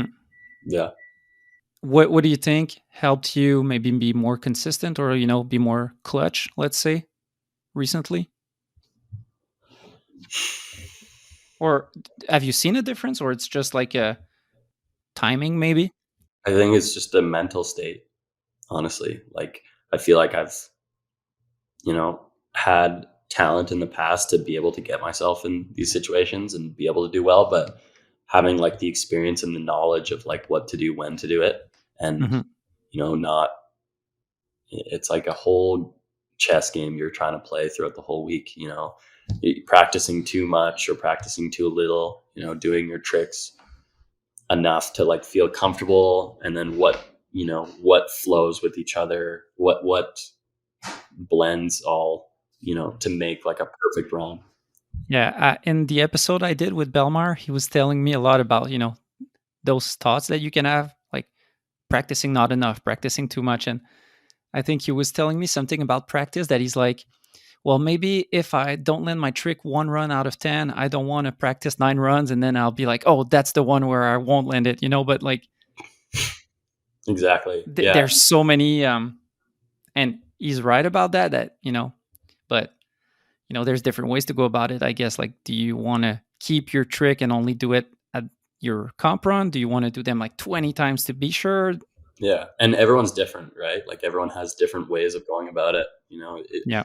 Do you want to like save that perfect run for the contest, or do you want to do it 100 times before dropping in? It's like, for me, I try and almost do everything separately, but not fully link them. Like maybe I'll try 1 or 2 full runs just to see how it goes. But there's a difference between like that mindset when it actually matters and when it's just practice. I feel like when you can click into that gear of like, okay, right now I have to do this run. Like this is right now, right here. And it's like that crazy, mental battle where it's like, this is the one. And I think people can switch into different gears when it, when that time comes. And I think Henrik is that perfect example. He can just like click into this other mode and go off. Like Hmm. how he explains it is like, I always hear him saying like the contest is like a concert, if you're a rapper, and the street part or the footage is like your album. And like he no better performer than Henrik. You know what I mean? Like he can just go off and click into that gear and just like have control over the crowd. Hmm. It's insane. And I think that's something that I mentioned to someone recently, trying to explain how Henrik is good, is that he is extremely talented, but all like I think he's at 13 X Games medals, something like that.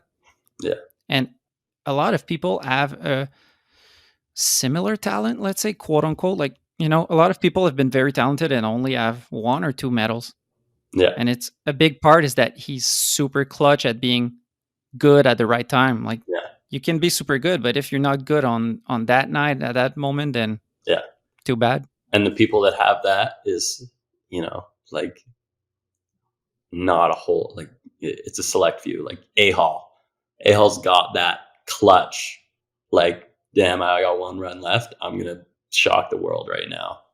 You know, Yeah. Like A Hall, Kobe.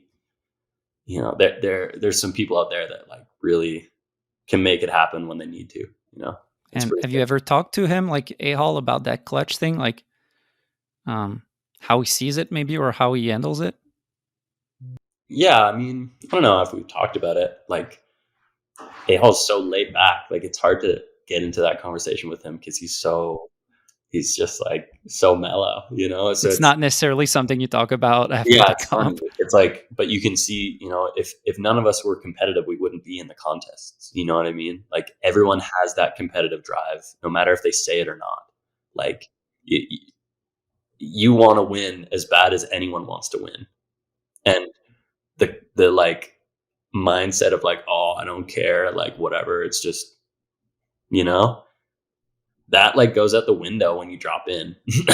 Like if you're being real, like, Or if yeah, you you know, wouldn't be there if you didn't care. exactly. And it's sick to care. Like I don't know when that whole cool guy thing came in to be like dope.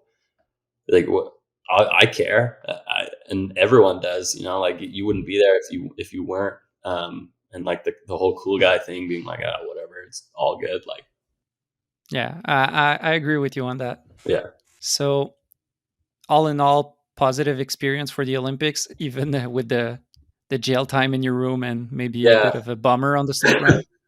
the jail time and the yeah, the little slip up. It was super cool. Like just the whole experience. The opening ceremonies were insane. You know, yeah, super kind of just childhood dream stuff, you know, like the stuff that you think about that you don't really ever think you'll get to experience, like walking into the opening ceremonies with, you know, the sea of red in my Canada team jacket, and like looking up, seeing the huge Olympic rings and like the Bird's Nest Stadium filled with people. Like it was pretty like surreal, you know what I mean? And How was it being there in real life? Because one thing that struck me as a child was seeing the NHL on TV, mhm. and it seemed humongous. And I remember going into a game for the first time, and I was like, "Oh, it's not that big.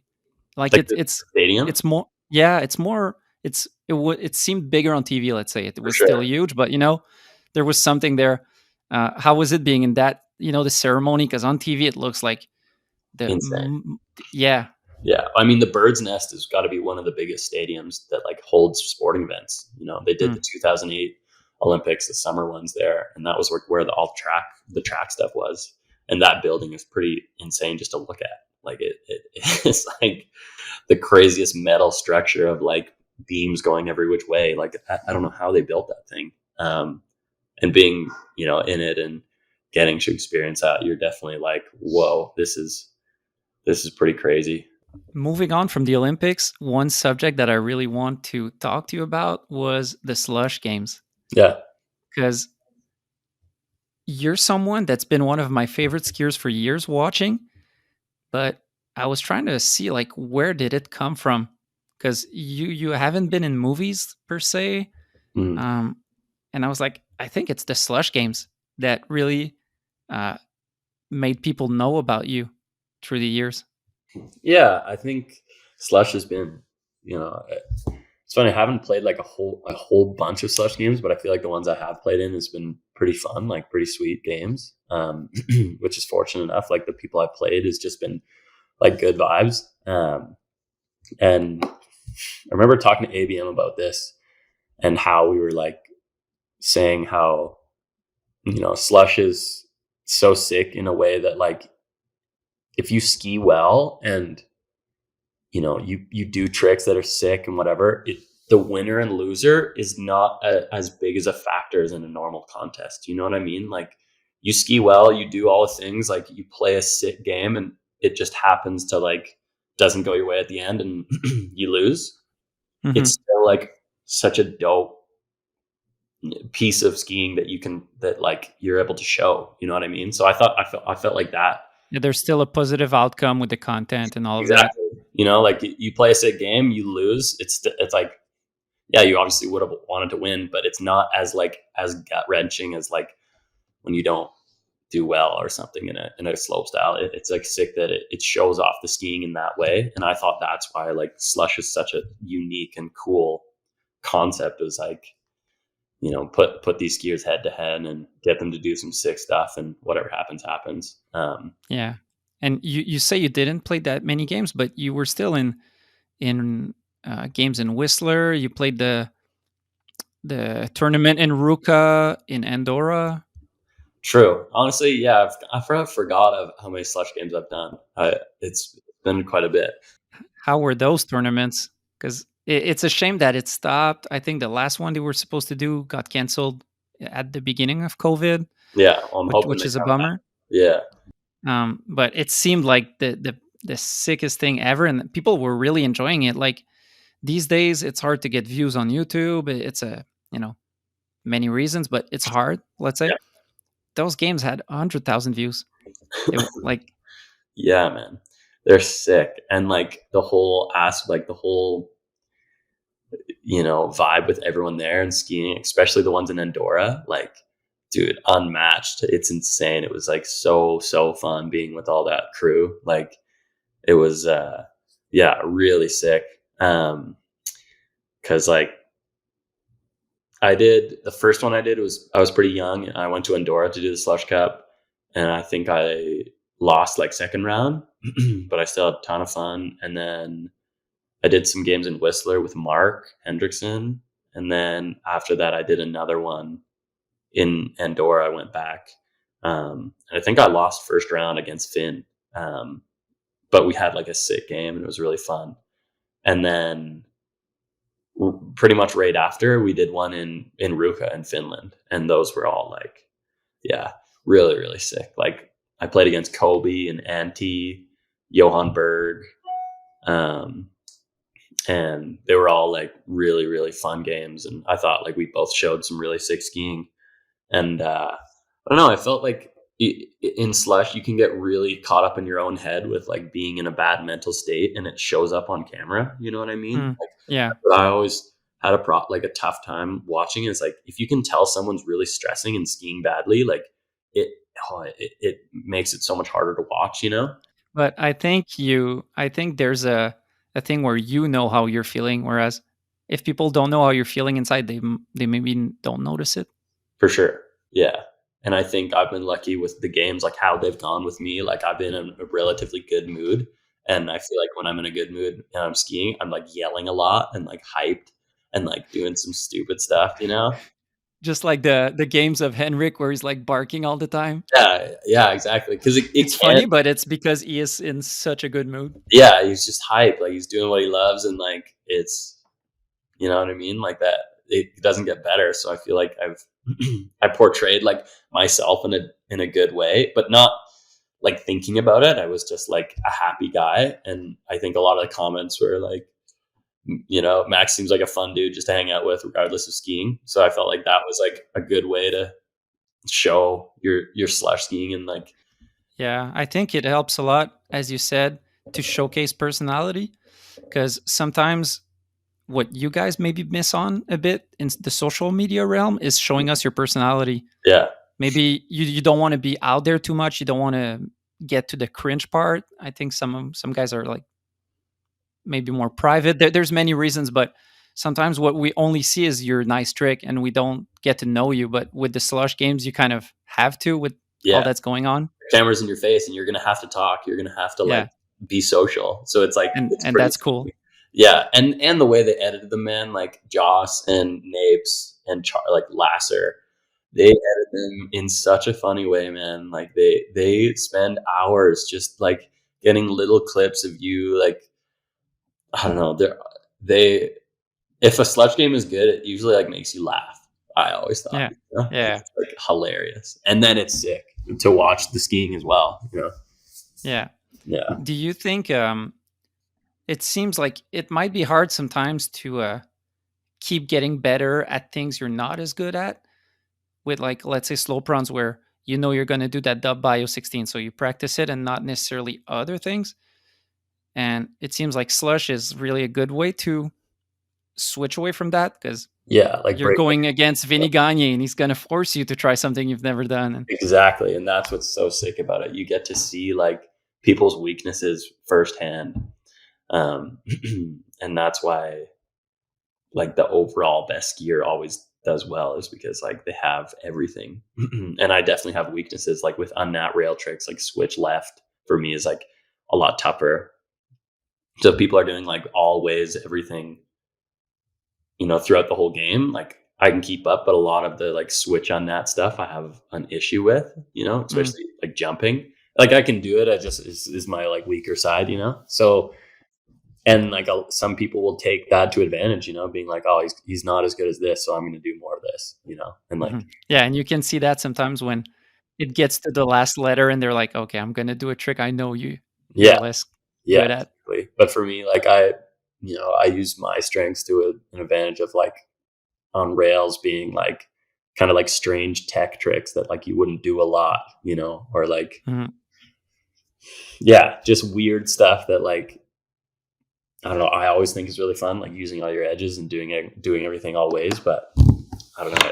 It sometimes works, sometimes doesn't. You know.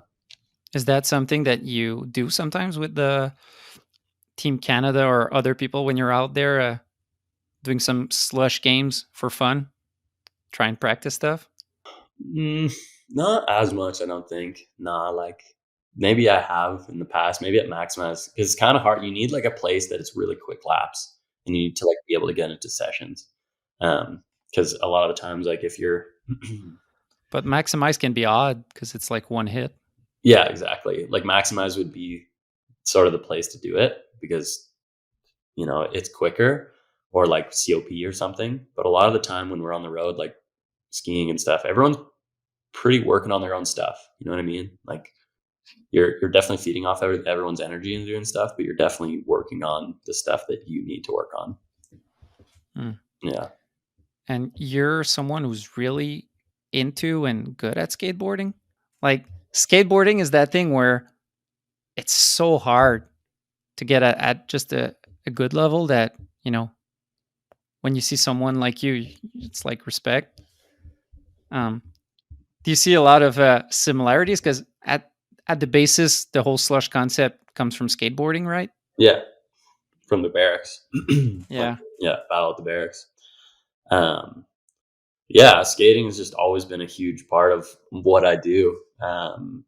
Like I can't remember a time where I didn't skate. You know, there's like videos of me super young. I have like skateboards in the backyard, like rolling down on my driveway. You know, like super young footage. And when I was young, like I grew up ski racing all winter because my parents were both big ski racers. Like I ski raced until I was about 14.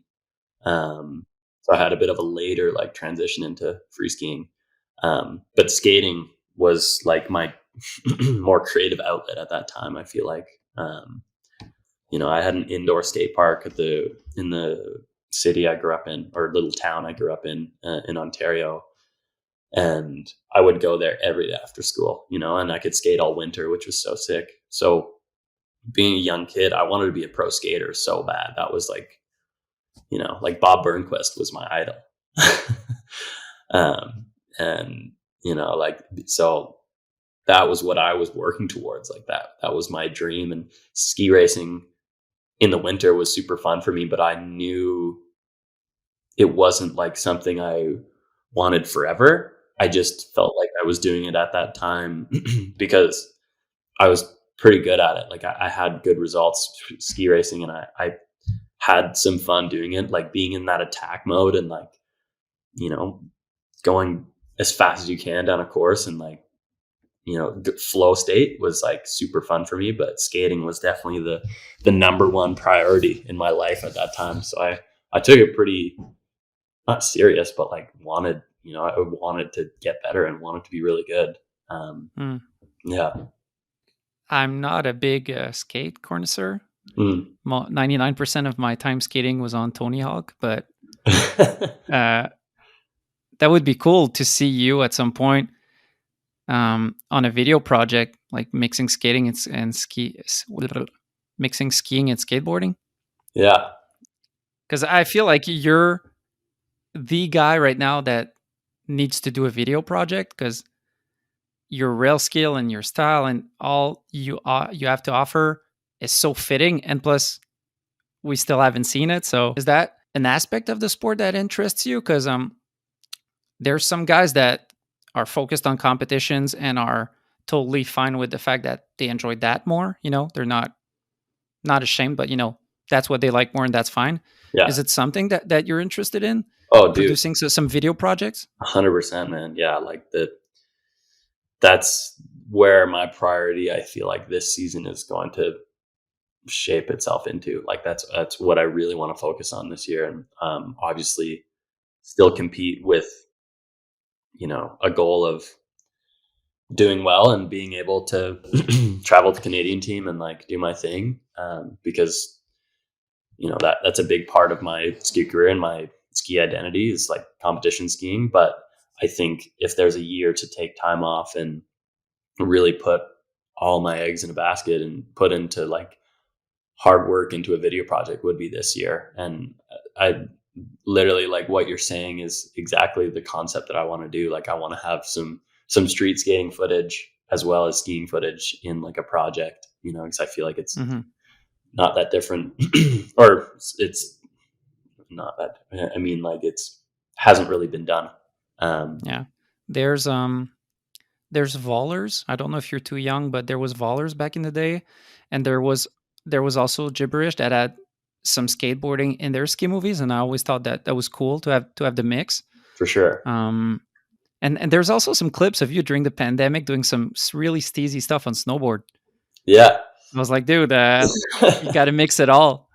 I know yeah, it's again funny you say that. I want to, like, skiing and skateboarding, but would be like the main two things that I would want to put, film, as we talked about, some street, and try and do a Quebec trip, Calgary trip. If Toronto gets snow, try and do some, hopefully, Yeah, uh, but film some street 100%, like try and stack a bunch of footage and then try to sprinkle a few snowboard clips in there as well, like try and handle some metal on the board and get down, because I feel like that would be, I don't know, a bit of a curveball to throw in, some yeah, footage of snowboarding. Like I'd love to be able to do that, and I think I could, get by on some rails that I've seen here before. Like I have some ideas and stuff. So yeah, like a skiing, skateboarding, and snowboarding video in an ideal world would be like how I want to that do would it. be insane. And Yeah. I think your rail skills plus like air sense would fit very well with street skiing. Hmm. Yeah. And I've street skied before. Like I've gone out with homies and filmed a bit. I have like a bit of footage back in the day with Liberty. We did like a few street trips. Okay. But honestly, it's just been so hard in the past few years with the Olympics. Like that's really the big thing that has gone the way. Like the qualifying process for the games and being at the top of your game. It's like I wanted to put effort into that to feel like I was prepared enough to go to the Olympics and do well. That's like, and some people did that as well as film street, which to me is like so impressive, like, Hmm. But in what sense, just to clarify, like in the sense of managing the schedule? yeah, managing the schedule, managing their time, managing their body, like their, their injuries, street skiing is Mm, not safe. Like, yeah. it's so hard on your body. So that's why, like, and they have a good crew to do it with. It's been like I've wanted to do this as bad as anyone else. I just felt like I haven't had the right opportunities, or worked hard enough for it. I've just been sort of throwing my energy into contest skiing, but this is the year I'm going to try and make that a priority. That's sick to hear. I think people are going to be hyped on that. I think you're pretty much one of the people's favorite right now. Do you feel that like um on Instagram or on everything else? I feel like people are really stoked on you. Yeah, it's nice. I don't know. There's so many dope skiers out there, so it's hard to say that. Like, I would But I be, mean, in the sense of like love from the people. Do you feel it? yeah. It's been pretty like overwhelming. Like not pretty, yeah, pretty funny that people are that down with what I get up to. It's not something I would have expected, But But it got to a point where like I was filming with Belmar, who's not a he's a legend in his own right, and he was doing a back swap to switch, and I yeah. was like, oh, that's like Max Moffatt. Like as you may like you do some tricks that are so stylish that like when someone does it, you think of them. Yeah, yeah, yeah, yeah. Well, yeah, that means a lot that it's, coming to Belmar, because Belmar's the best, dude. He's the Don. He's so sick. Um, He's the Quebec Don. yeah, he's one of. It's hard to say. Like, I don't know if I have a favorite skier, but Belmar's up there. Like he's as just a person as well to hang out with. Like his last few years on the squad, I was traveling with him a lot. Like spending time with him was always a treat. Like you're just always laughing about just random stuff. I don't know, hard to explain, and just his skiing speaks for itself. Yeah. You mentioned it quickly, talking about Liberty street clips. Mm-hmm. There's some guys in skiing that feels like it takes a bit of time to get some love from brands. Like the real ones who follow the sport closely know that they need their shot. Like I remember Henrik was on Ninth Ward for a couple of years, and when he got on Armada, it was like, yeah, well, damn right, like yeah, get him on Armada. And same thing with Hornbeck, that he was on Liberty also at some point, and then when he got on Armada, it was like, fuck yeah. Yeah. Are you making some moves or what? Yeah. Well, I just very, very fortunate, lucky to be able to make the switch over to Armada and start a new relationship that I'm planning on having for a long, long time, and I'm very it's another one of those dream scenarios where you don't really expect it, but it's kind of come into place, and very hyped on this opportunity that I've been given. Like it's something that I've wanted for a while, and my agent and I have been in the works with Armada for the past few months, and I can finally say it's a go ahead. So yeah, Dude, congrats. thank you, man. Appreciate it. Dude, that's a legendary lineup you're following. Tanner, JP Auclair, Belmar, Casabon, Enric, Mike Hornbeck, Torin. Like it's Yeah, tell me about it, dude. dude, we can do a whole episode about that. Like Armada, man.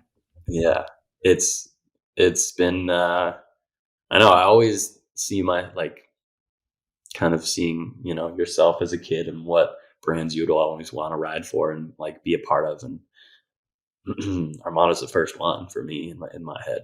That was like what I wanted to get on. It just I was happy where I was for a while, and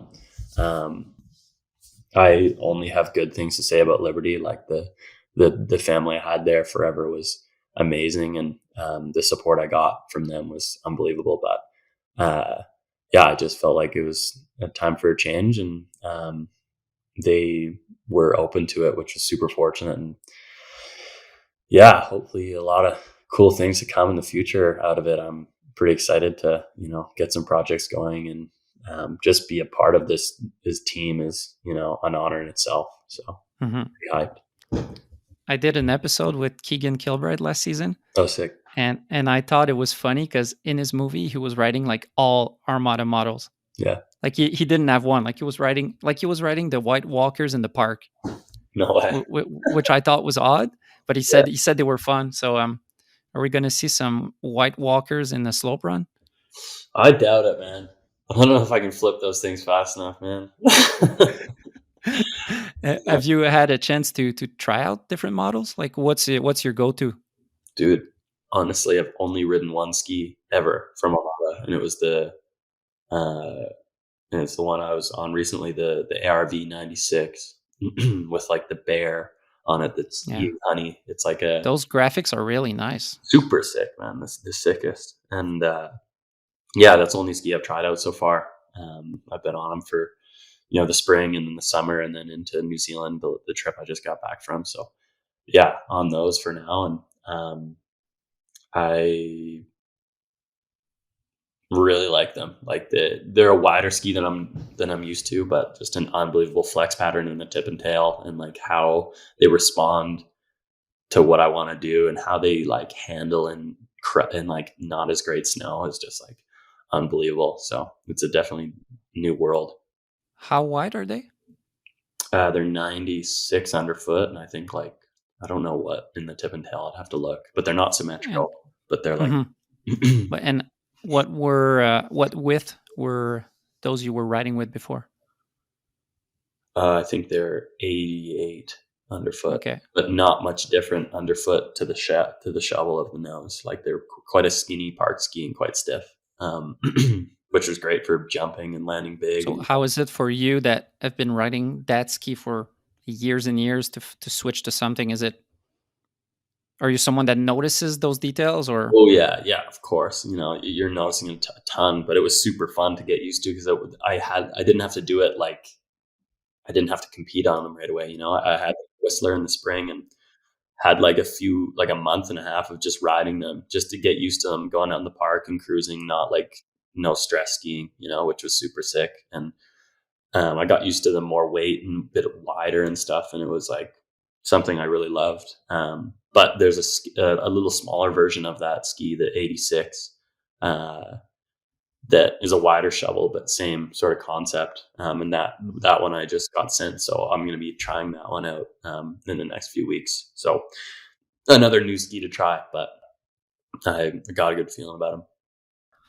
so there's one last thing to close it off. I have a question from a patron on Patreon. Those are kind of light questions. Yeah, Will Cameron asks, "Who has the best hair in skiing?" the best hair in skiing. Damn, it's a good question. Who could be like the next Glenn Blake?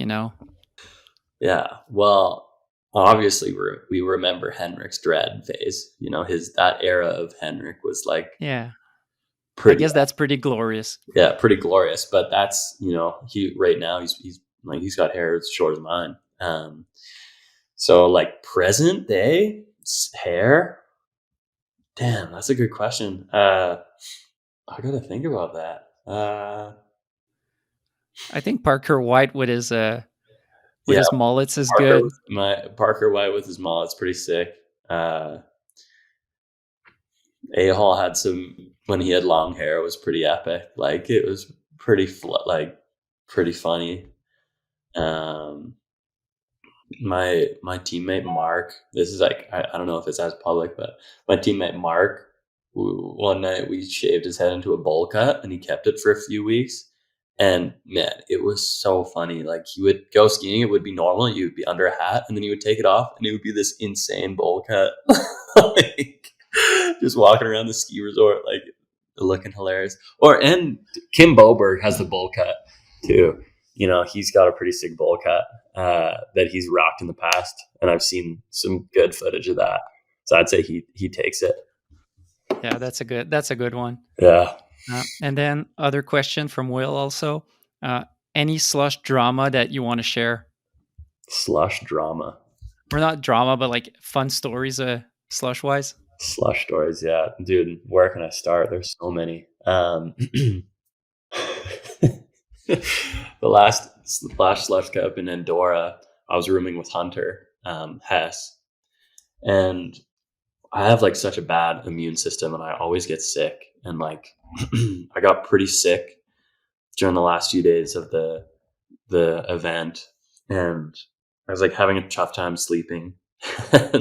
Hunter is like the craziest snorer. Like he snores like I swear it could like blow down a brick house, man. It's so loud. It's insane. So I was like pretty sick and was like, Hunter, can you please like go to another room or something? And then I just ended up taking my mattress and slept in like Finn and Mark's room because they were, because I was trying to just be able to sleep. And then I ended up getting Mark really sick, and it was just like a whole big ordeal. I guess that's not really funny, but like Hunter snoring was always a pretty big factor for me rooming with him. But I don't know if there's any drama really. Like it's all just homies having fun times. Like, I don't know. We did a trip after one slush cup to Barcelona for a few nights and went skating, and like that crew on the beaches of Barcelona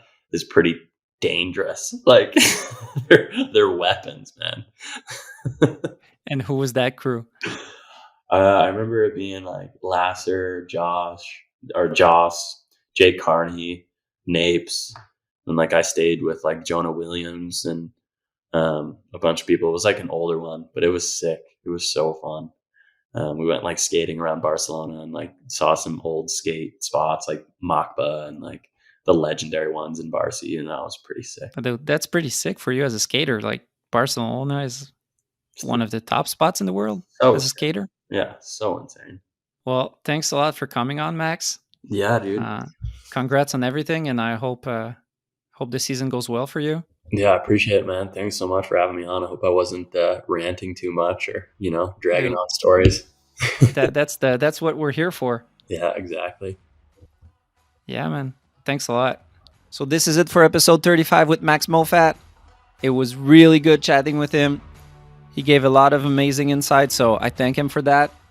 Thanks to the patrons once again, and thanks to the sponsors, Planks Clothing, Axis Board Shop, and Dick Ann's Restaurants. Peace.